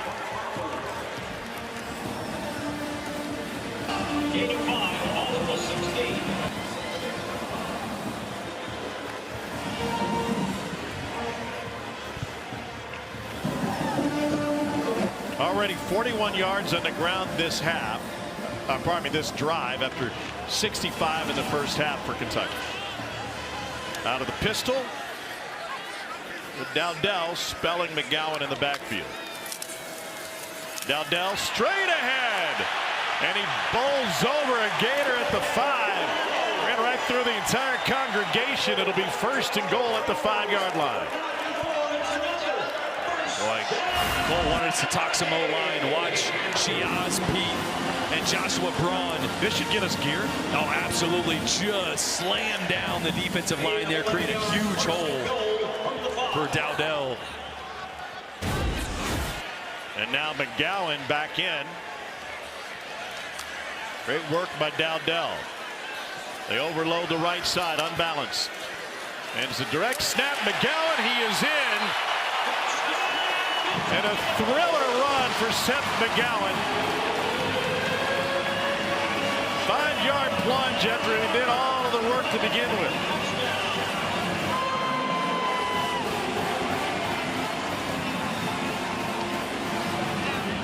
Boy, Florida did not adjust to this at all. There is nobody to the right side of who is actually the tackle, but because of the extra offensive lineman, Shiaz Pete, on that side. We need to watch Pete's block again right there. I mean, that was an ear hole pancake. I know McGowan is an old soul, but how does he know the Michael Jackson Thriller dance? Thriller. Close to midnight. Kentucky's got 31 on the board. Another offensive explosion. Boley sold the fake, and McGowan puts on his JoJo Kemp jersey for the direct snap, and a thrilling lead for the Cats. Fansville brought to you by Dr. Pepper. Tonight on this Veterans Weekend, we're honoring the parents of these Kentucky players, including Tamika Lovett, Jordan Lovett's mom, retired Sergeant Major in the Army. She has Pete's dad, Natani, retired captain in the Army. Jacob and Gerard Smith, his dad Gerard is a retired Master Sergeant in the Marine Corps, retired in July. Then there's the Braun family. Mike played football at West Point, while wife Karen was a 4-year starter on the basketball team and is 4th in school history in career rebounds and rebounds per game. They were stationed in Germany during Operation Desert Storm. Dad was a field artillery officer with a short-range nuke unit, and Mom was a quartermaster officer of a unit servicing those deployed to Desert Storm. So thank you to all for your service, and that includes guys in our crew, including our mobile unit driver, David Carpenter, who's in the Army from 88 to 94, and our guy up in the booth, our A2 David Myers, U.S. Army Infantry for 27 years, a Bronze Star, Meritorious Service Medal, Army Commendation Medal, 4 times, Army Achievement Medal 8 times, and he saved us when our power went down in the booth at LSU, like he was back in the field. Here's David going to work, getting it done. Directing traffic. We got a new quarterback for Florida. Tramel Jones Jr., freshman out of Mandarin High School in Jacksonville, finally gets an opportunity. He's thrown 18 passes this season coming in. You surprised they go to him here? No, not at all. DJ has struggled, get the young kids some looks. Billy Gonzalez said he's kind of a gamer. Man, he's just got something to him when the lights flip on. It doesn't always look perfect, but he's got a way and a knack of making plays. 4-man rush, and that is a laser to the perimeter. Incomplete to TJ Abrams. And that's the other thing, a really natural thrower of the football. My former offensive coordinator, John Donovan, is on staff with Florida. I was talking to him on the field last week and again this week before the game. He's like, kid's got a natural arm. It jumps out of his hand. DJ's obviously a very talented kid as well. And DJ still has the helmet on. See if they rotate him here in the second half. As Bogg, what a stiff arm. Whew. Putting Nasir Addison on skates and picked up the first down. You don't want to see an angry Jaden Baugh in the open field. He's got 57 forced missed tackles coming into this game on the year. That's 6th best in the FBS. And he says, Addison, hey, dude, get in the weight room. Oh, nasty stiff arm there.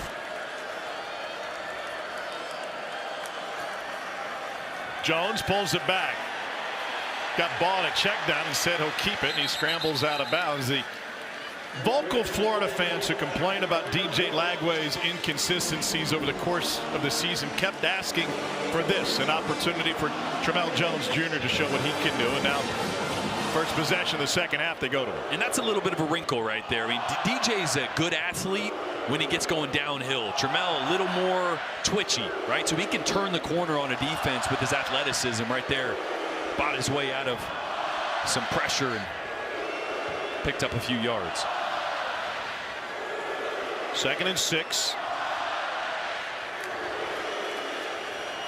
And a handoff to Baugh. Finds nothing. It is a steep hill for Florida. Gators trailed 17 at the half. They haven't overcome a 17-point halftime deficit to win in the last 60 seasons. Largest comeback in that span came against Tennessee in 2015, where they're down 10.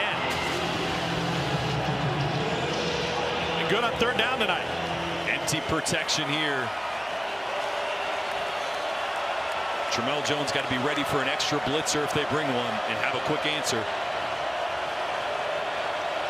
They're going to drop out.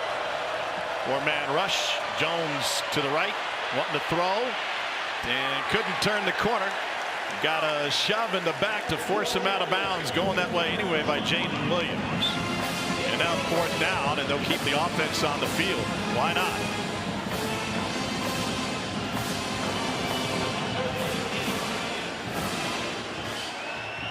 It's both interesting and a little disappointing that it takes us to get to interim head coach situations for staffs to roll the dice on 4th down. They're 4 of 10.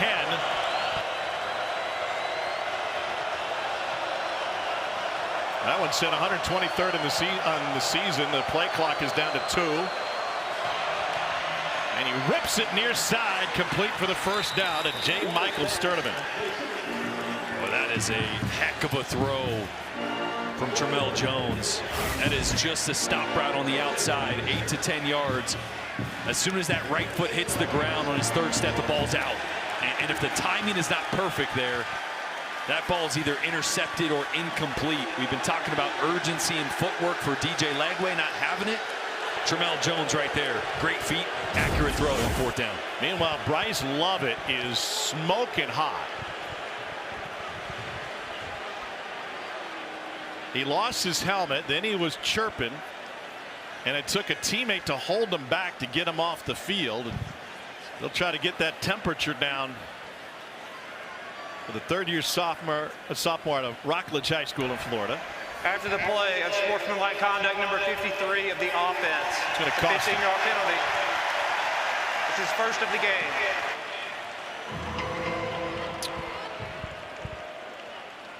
And Billy Gonzalez asking him what happened. Yeah, they love Bryce Lovett's talent. Ton of upside, a lot of inconsistency, which is why he's playing behind Caden Jones most of the time. But let's take a look at right down there is where the action's going.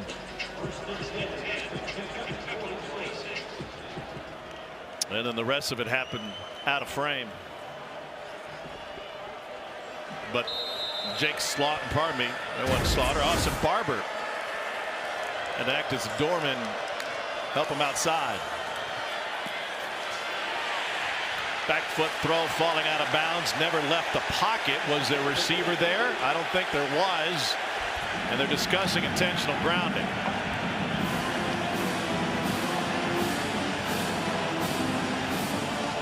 Mark Stoops is waiting for the flag. There's no foul there for intentional grounding. There was an eligible receiver in the area. 2nd down. Keep in mind here, Tom, no Sam Green, no Jordan Lovett, no Alex Safari for this Kentucky defense that's taking the field here in the 2nd half. Safari out with an ankle injury. Saw him in a boot. Lovett came out with the knee brace on, and Sam Green on crutches as he came out of the locker room for the 2nd half. 2nd and 10, batted and into the hands of Baugh, and he gets taken down immediately. That's you know, like the Madden curse back in the day. Alex Safari and Sam Green were both my impact players, so should maybe be a little more careful with who I choose. Did you also pick the impact flights that we all got canceled for tomorrow? I know. There were 30 minutes to kick. I was down on the field. Oh, flight's canceled tomorrow. Oh boy. So Kentucky's defensive depth is going to have to pick it up.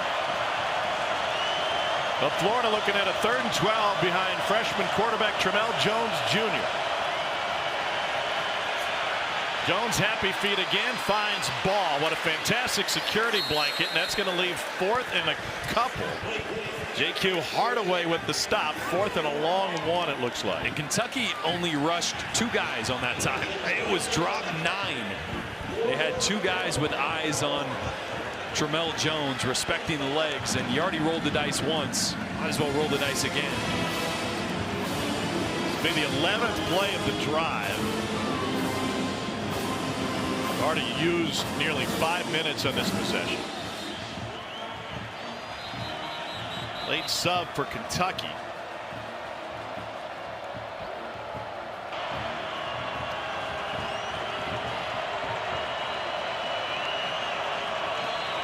Play clock will start now. The game clock. 3-point stance in the backfield for Jaden Baugh. Here he is on the left side. And he picks up the 1st down. It's the last time you saw a running back get a 3-point stance. Well, not since the running backs still had the bar down the middle of their face mask. Right. Or no face masks. Cole, did you see Najee Harris carry his block 20 yards downfield alongside Tony Livingston? That might make the block party on Monday night on Read and React. About a 15-yard double team. That was nice. How many guys usually make the block party? You're all invited. Okay. Anywhere from is there a cover charge? 7 to 8, depending on where George wants to cut me off, which he always tries to do. Here comes pressure. And a sack. Daveren Rayner. For Kentucky defense, which lit up Auburn with pressure last week. First of the night, it's a loss of 10. Boy, it was just great effort. You're going to see Rayner's going to come in here, and you're going to get a handful of guys just compressing that pocket into the lap of Tramel Jones. It's a slide buster, Jordan. You know it's gap protection, so you just overload multiple gaps, understanding that one of those guys probably not going to go all the way to his gap. They're going to try to take the man, and then somebody else slips right through. Big Jaden Williams in on the mix on that one as well. Unloaded, and it's Hardaway. He was out of bounds, incomplete. Didn't squeeze it. Said it all. Yeah, like JQ Hardaway is 6'3". You're trying to squeeze a hole shot in there late. Hardaway was all over that, reading the eyes of Tramel Jones, and should have came down with that one. That's about the third time tonight he's shown off that ridiculous length for a corner. He really does. 6'3", yeah. Was a four-star recruit playing for Patrick Nix at high school in Columbus, Georgia. Pressure on again, and they go to the tight end, and Hayden Hansen can't break free. It's Hardaway there. And now 4th and long. And Kentucky brought pressure from deep there, and just everybody else sitting waiting for that quick throw. This Kentucky defense has been impressive. 76 for Florida is wearing 82. Remember that touchdown, that was on the special teams blunder from Kentucky, right? They gave him the ball on what, like the 10-yard line, so on the 4-yard line, 13-yard line. There you go. We playing darts? Yeah, well, I was getting hand signals over here. Nice checkup on the punt by Tommy Dolman. It's a 33-yard punt. It'll be a long field for Kentucky, but we're almost finished with the third quarter.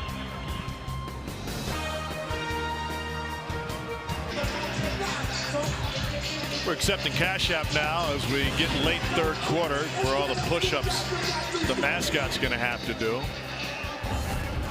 Here's a game summary. 9 drives, 4 turnovers for Florida. Cutter Boley 168 yards, 2 touchdowns. No matter how you're watching us tonight, if you're a Kentucky fan, this is what you feel good about. They're now in line with a 24-point lead for second consecutive win in conference play. And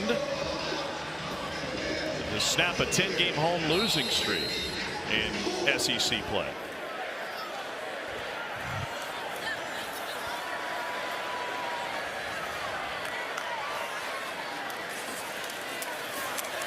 Little dancing, and here's McGowan. Man, he was close to breaking that one again. Devin Moore saved it. Well, it always surprises me just seeing how twitchy Seth McGowan is at 215 pounds. He can run through you, run over you, but also stick his foot in the ground and make you miss.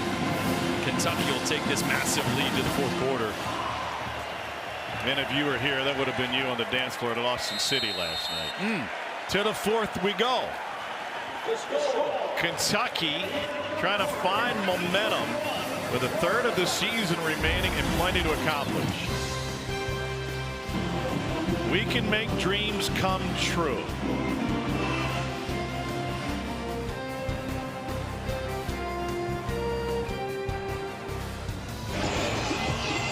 Largest lead for Florida since Art Still was on the Kentucky defensive line in 1979. Cats won that game 31-3. Mentioned this earlier, but Mark Stoops, when I asked him about that 2018 win, he talked about that being a benchmark win for this program under him as McGowan tries to find the edge. That was the end of 31 consecutive losses, and he said, when I got here, everybody was talking about the Florida win, and I was thinking, pump the brakes. We've got to just win a game first. We got to put this thing together. And then they had the game where we were here. They left wide receivers uncovered twice to lose at home. You went and had pizza that night downtown Lexington. I don't remember that. I know you don't. And then they had the game in Gainesville prior to that, where it seemed like the play clock had expired and an overtime Florida win. Dante Dowdell with the first down run. And he said we just felt like we couldn't get out of our own way. So that was a huge building block for this program. OVW's Cash Daniels on that team. Remember his Stone Cold celebration? Oh, yeah. He smashed the water bottles together. By the way, he's now a professional wrestler. His stage name is, guess what his stage name is? I have no idea. Cash Daniels. What's his finishing move? I think he's putting dudes through tables. It's not very original. No. McGowan picks up 9. Just think about the difference in the feeling around this program after this game tonight and consecutive wins. Because, Cole, you were there last week. Mark Stoops knew the value of that win when they eked it out with a blue-collar performance against Auburn. You heard it in his voice. You saw it in his face, his emotions after that game. He knew how big it was, knew how much they needed it to go on the road. One of the more difficult places to play in this league, get that win, and to do it his way. That was a Mark Stoops blueprint game last week, kind of like the way this one's playing out here tonight. Well, this version of Kentucky makes things interesting down the stretch. No doubt about it. And what's still in the windshield for Kentucky and the accomplishment, look at how they climbed win after win. 28 got to 10 wins again in 21. And the variance now in 2025 with the win today, you could still get up to 8 with a win out and a bowl victory, and you could make a lot of noise.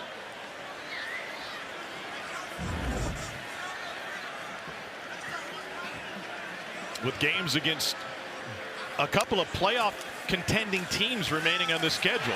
Huge hole. Here goes Dante Dowdell. Dowdell inside the 10 into the end zone. 65-yard sprint for Dante Dowdell.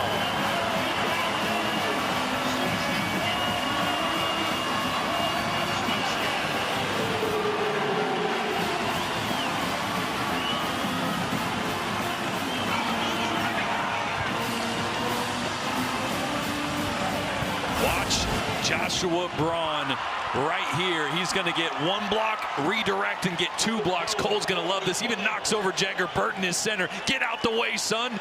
Gets 2 blocks, plowing the road for Dante Dowdell. Jacob Coway for the point after. Cole, you said you wanted offensive line breakdowns. I love it. You guys got Joe Moore underwear coming your way. Dowdell ran right out of his boxers on this one. Down the middle of the field, and the Cats have it rolling up 31. Dante Dowdell has a 100-yard night on only 7 totes, and McGowan's got 2 touchdowns on the ground.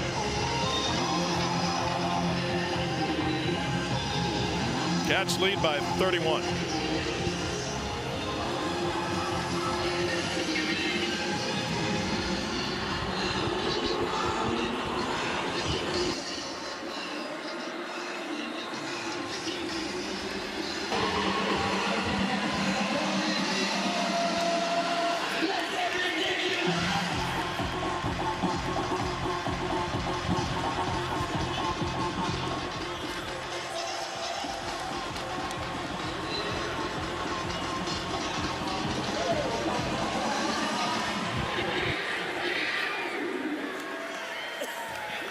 No return. We got to pay some bills. Downtown Lexington, and here on campus, the big lead.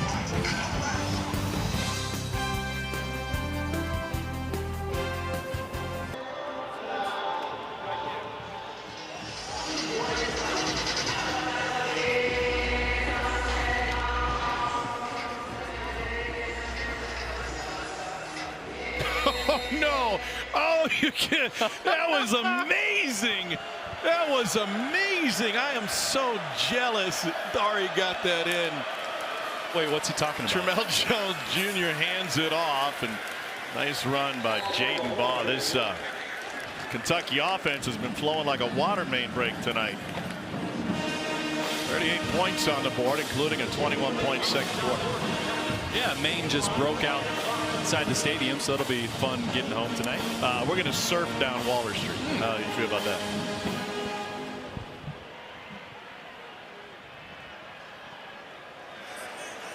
Might be the easiest way to get home for us with all the flight cancellations. Anybody out there with the PJ who wants to give us a lift to Atlanta? Yeah, that'd be great. We'd take it. Or we could just cannonball run it. Great effort, Cole, by Jaden Baugh, the sophomore who's from Atlanta out of Columbia High School. Has been the featured back the last 2 seasons for Florida, and he is some kind of talent. Yeah, he's so much fun to watch. And I can remember the first time I saw him in the spring game a couple of years ago, I texted a couple guys on staff. They're like, yeah, he's 235. And you watch his wiggle, just being able to shake guys in the open field. When he would truck people, you would get it. But, man, he does not move like he's 235 pounds. You guys mentioned it earlier. That coaching staff telling us just as good as a receiver as he is a running back. Love him in pass protection also. Just total package. Asked Rob Sale about him before the game. He said, man, he's just a good old country boy. That's all he is. He loves football, does everything he's asked to do, has really focused in on his tracks and his reads and his vision this offseason, and it's made him even a better back for this Florida team.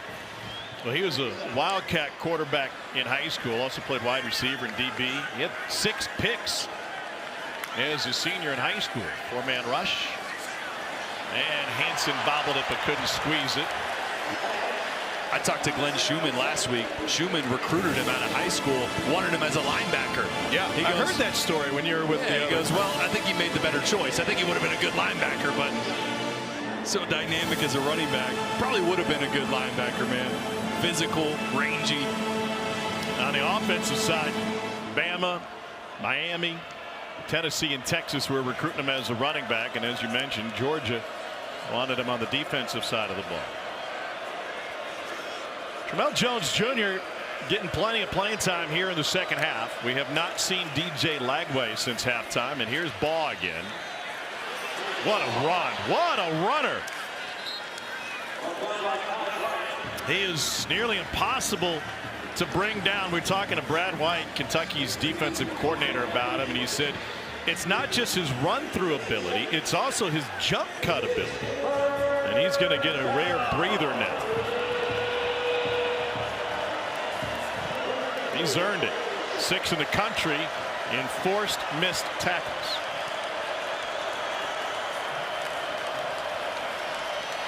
And they try to hand it off to Byron Lewis, and he had nowhere to go. Gusta, but by any name, the senior from San Bernardino is a great player, and he was fun to visit with this week. No doubt, the transfer from Washington State. What do you say? He was 235 pounds in high school? Yeah. A safety. Yeah. He collects anime figurines. He said, my trip to Japan was the most expensive trip ever. He got a whole wall of figurines. A big Star Wars fan.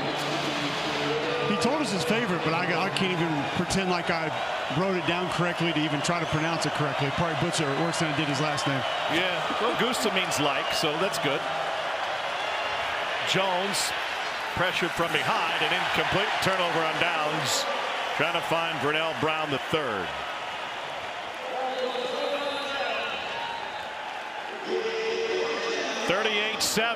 We'll see if Cutter Boley comes out for this next possession or if it's Calzada's turn.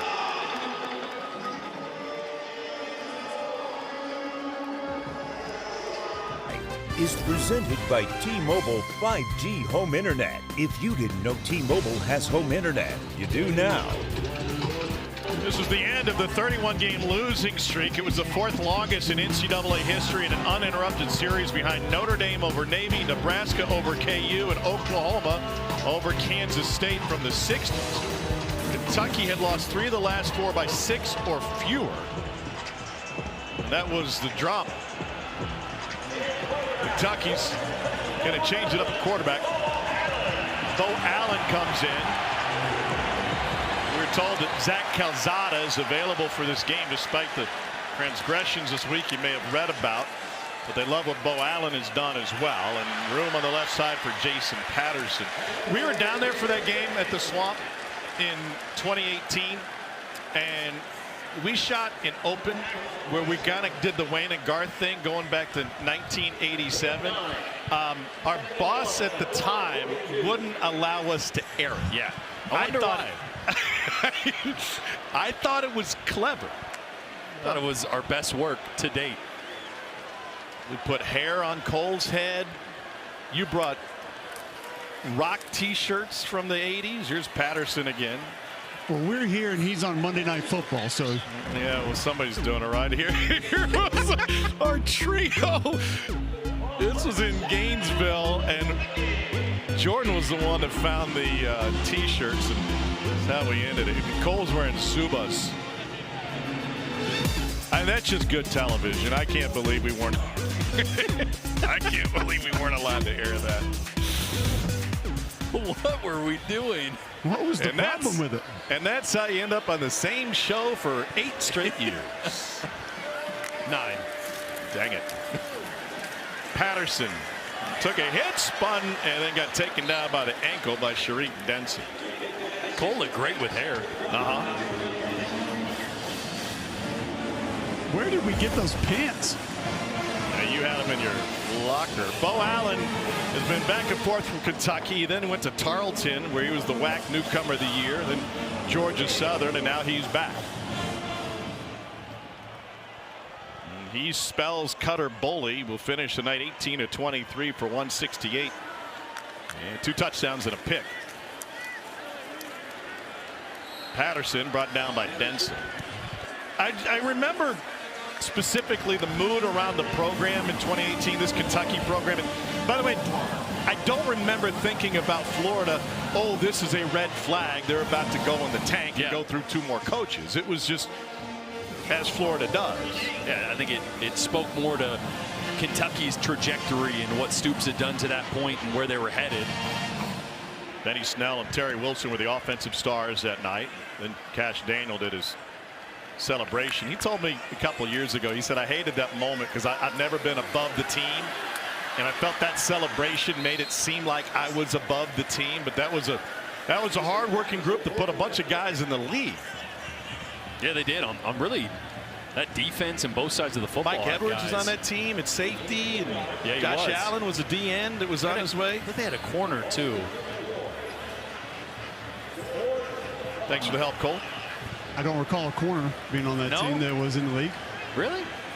I think they had 5 draft picks, if I'm not mistaken. 4th and 5. Ferrier in motion. That was a 10-win season for the Cats. Bo Allen trying to scramble on 4th down. The ball comes squirting out, scooped up by Florida. It would be a turnover on downs regardless, but Gums may have a fumble recovery if it's not an incomplete pass. Seems like a moot point. 31-point game. 6:09 to go. But then let's turn that forward. Everything that Mark Stoops was then able to accomplish, becoming the all-time winningest coach in Kentucky history, and then going down to Auburn with seemingly his job on the line last week. Won that one in a nail-biter and a comfortable lead here tonight against his old nemesis.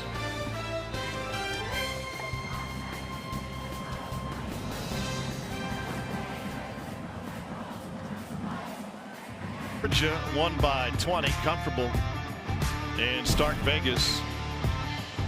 A&M control early to take down Mizzou, and Vandy needed overtime but still in the playoff hunt by knocking off Auburn. By the way, Ole Miss won 49-0 over Citadel.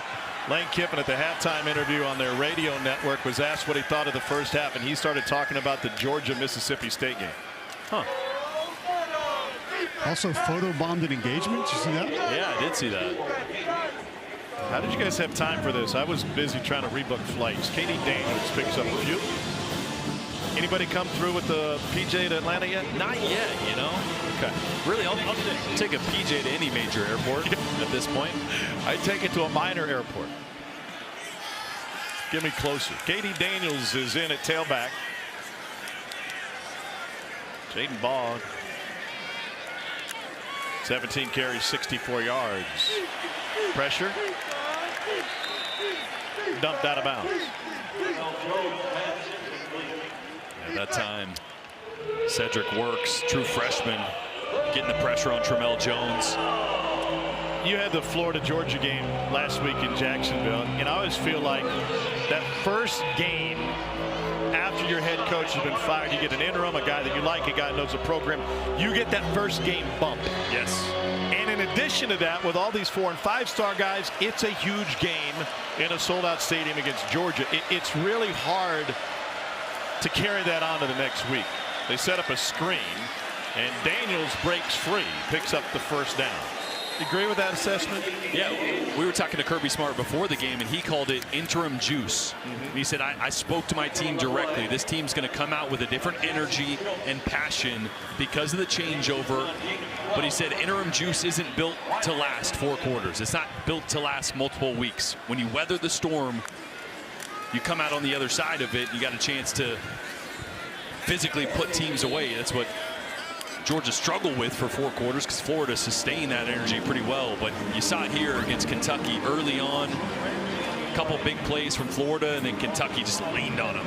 There was one exception to that, and that happened in Gainesville in 1984. Charlie Pell was fired early in the season because of an NCAA report that outlined rules and recruiting violations. So the offensive coordinator took over. Galen Hall didn't lose a game the rest of the way. He went 8-0 and was named the SEC Coach of the Year as an interim head coach. Wow. So he's the reason all these guys are afraid of having interims for the back half of the season, huh? Yeah, you never know. I think there's that little bit of unknown as well, Tom. Especially in the case last week, you had 2 weeks to prepare for that game, but I mean, a lot of guys get let go because of stubbornness and don't want to change things. All of a sudden, staff comes in, a new guy plays a little bit more. You give some different formations, different looks. Jones on the rollout delivers to his tight end. That's Tony Livingston. Hey, one other thing that just hit me about Tramel Jones getting the opportunity tonight. We talked with Russ Callaway, the offensive coordinator, and he pointed out that they really simplified the checks for DJ Lagway in terms of limiting all of these options. We're going to pair this one pass, or these, say, 8 passes with this one run concept. I would guess that makes it simpler for Tramel Jones as well. Absolutely. Yeah, the simplification of this offense has been in the works for a couple weeks. And obviously now you have even more of a limited package with your young true freshman quarterback. Realistically, when you got a true freshman out there in a game, you probably have 8 to 10 pass concepts, maybe at most, that you what would be normal for an established quarterback? Oh, up above 20 different concepts at least. They can run those at different formations, personnel groupings. You can dress them up, dress them down, but it's not a lot that you're working with. It's how many different ways can you make this simple concept that he's used to look a little different. Change the launch angle, get him outside the pocket as we've seen a few times. It's really limits the game plan. Lets it go to the end zone and a little bit short. And incomplete, trying to find Hayden Hansen. By the way, this is the Florida team that goes to Oxford next week. And then they get Tennessee. And then Florida State. It was one of the toughest schedules in the country coming into the year, and that was before they fired their head coach. Yeah, it doesn't get any easier, especially when you don't really have anything to play for, right? Guys have kind of 1 foot in, 1 foot out, looking to the future. Obviously, you still have the chance to get to a bowl game. Tramel Jones fires on comeback, and that was knocked away, incomplete. That will leave 4th and 9. Vernell Brown, the third.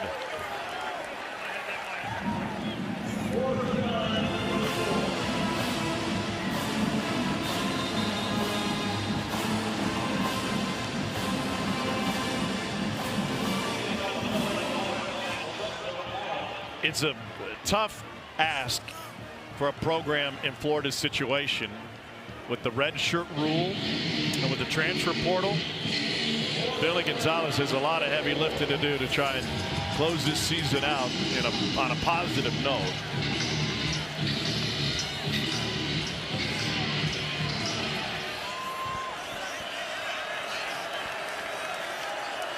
Mel Jones, 8 of 16 for 57 yards tonight. He's played the entirety of the second half. And he slings it out of the backfield to his running back, and K.D. Daniels stopped, and it's a turnover on downs. Yeah, just another one of those rookie mistakes, right?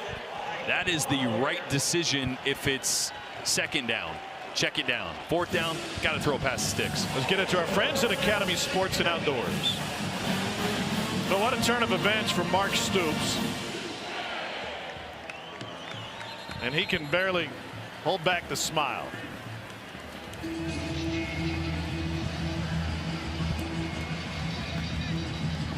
It's been a roller coaster of a season.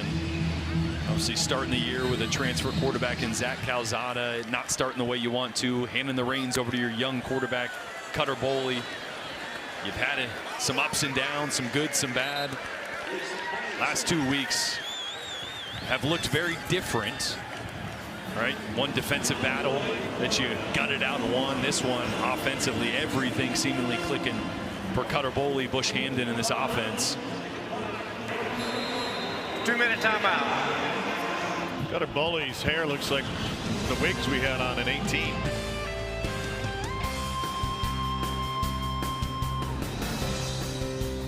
For Florida against an unranked team came in 1970. The last 30-point win against a conference opponent for Kentucky came in 98. Programs going in different directions. And started this game by mentioning there was still, including tonight's game, a third of the regular season remaining for both sides. That just feels wild, doesn't it? I mean, because we've all decided what seasons are by the first week of November, even though there's so much left to play. And Kentucky still aiming for a bowl. Those odds would have dropped precipitously, it's a big word, if they would have lost tonight. Yeah, and a tough road, right? Vandy, Louisville on that schedule, but a chance to not only get to a bowl, but a chance to play spoiler to some regional rivals that have their sights set on the college football playoff. Bo Allen has played the last couple of series for the Cats. They go ahead for a first down run. Tennessee Tech is 10-0. Oh yeah, yeah. Be here for an afternoon game next week. Tom, you brought up a lot of those Kentucky teams that we covered 5-8 years ago. Think about the job this would be for Mark Stoops, how he's kept this team together. Jordan mentioned it, one starting quarterback, you go to a different quarterback. A lot of people were mailing this team in 3-4 weeks ago. Does it change? Does the team struggles change in the NIL era when the players you're leaning on receive big paychecks to come here? Does that matter? I think it matters because it might not mean as much to those individuals. It might be more about the paycheck. Yep. It'll be harder to rally them together, go out and try to continue to accomplish things. We know it means a lot to Mark Stoops. This program, this city, and this state mean a lot to him. And he spoke to us about that just this very week. He was emotional in his post-game interview last week after the win against Auburn. This one more matter of fact. First 30-point conference win for this program since it took care of Vandy in the same fashion in 1998. An FCS opponent awaits next week. And then a chance to play spoiler. And now an opportunity to talk with our Cole Kublik. Cole? Well, last week you were ready to cry. I imagine this week you're ready to smile after that one. Yeah, definitely. Proud of our guys. You know, it's been tough year. I love the way we've been playing last couple weeks. They've always kept the faith. They're playing really hard. So really proud of our guys. What do you lean on in some of those times of adversity with this team when 2, 3, 4 weeks ago it did feel like people were ready to mail you guys in? That's who we are, man. You know that. That ain't going to change. They're going to swing. We're going to swing back. And I'm just really proud of them for responding. But, you know, for me, that's easy. But really proud of the team and the coaches for responding the right way. Feels like you got a quarterback that's growing up almost weekly right in front of our eyes, making better decisions, making different plays. How much has he helped this team sort of propel the last few weeks? That he's helped an awful lot because he gives everybody hope. He's making people better. And, you know, I thought we gave him good time. I thought he made good decisions. Still made a few freshman mistakes, but that's going to happen. So, you know, Cutter's done a heck of a job. And I feel like the guys are playing better around him now. Thank you very much, Coach. Okay, thank you. I was at a practice early last season. Mark Stoops pointed to Cutter Boley and said, that guy. That freshman is the future of our program. And after the question marks early in the season, Boley took over the starting spot, and the defense has picked him up when they have faltered. 3 picks tonight for Kentucky's defense in a big blue win. Here's Dari.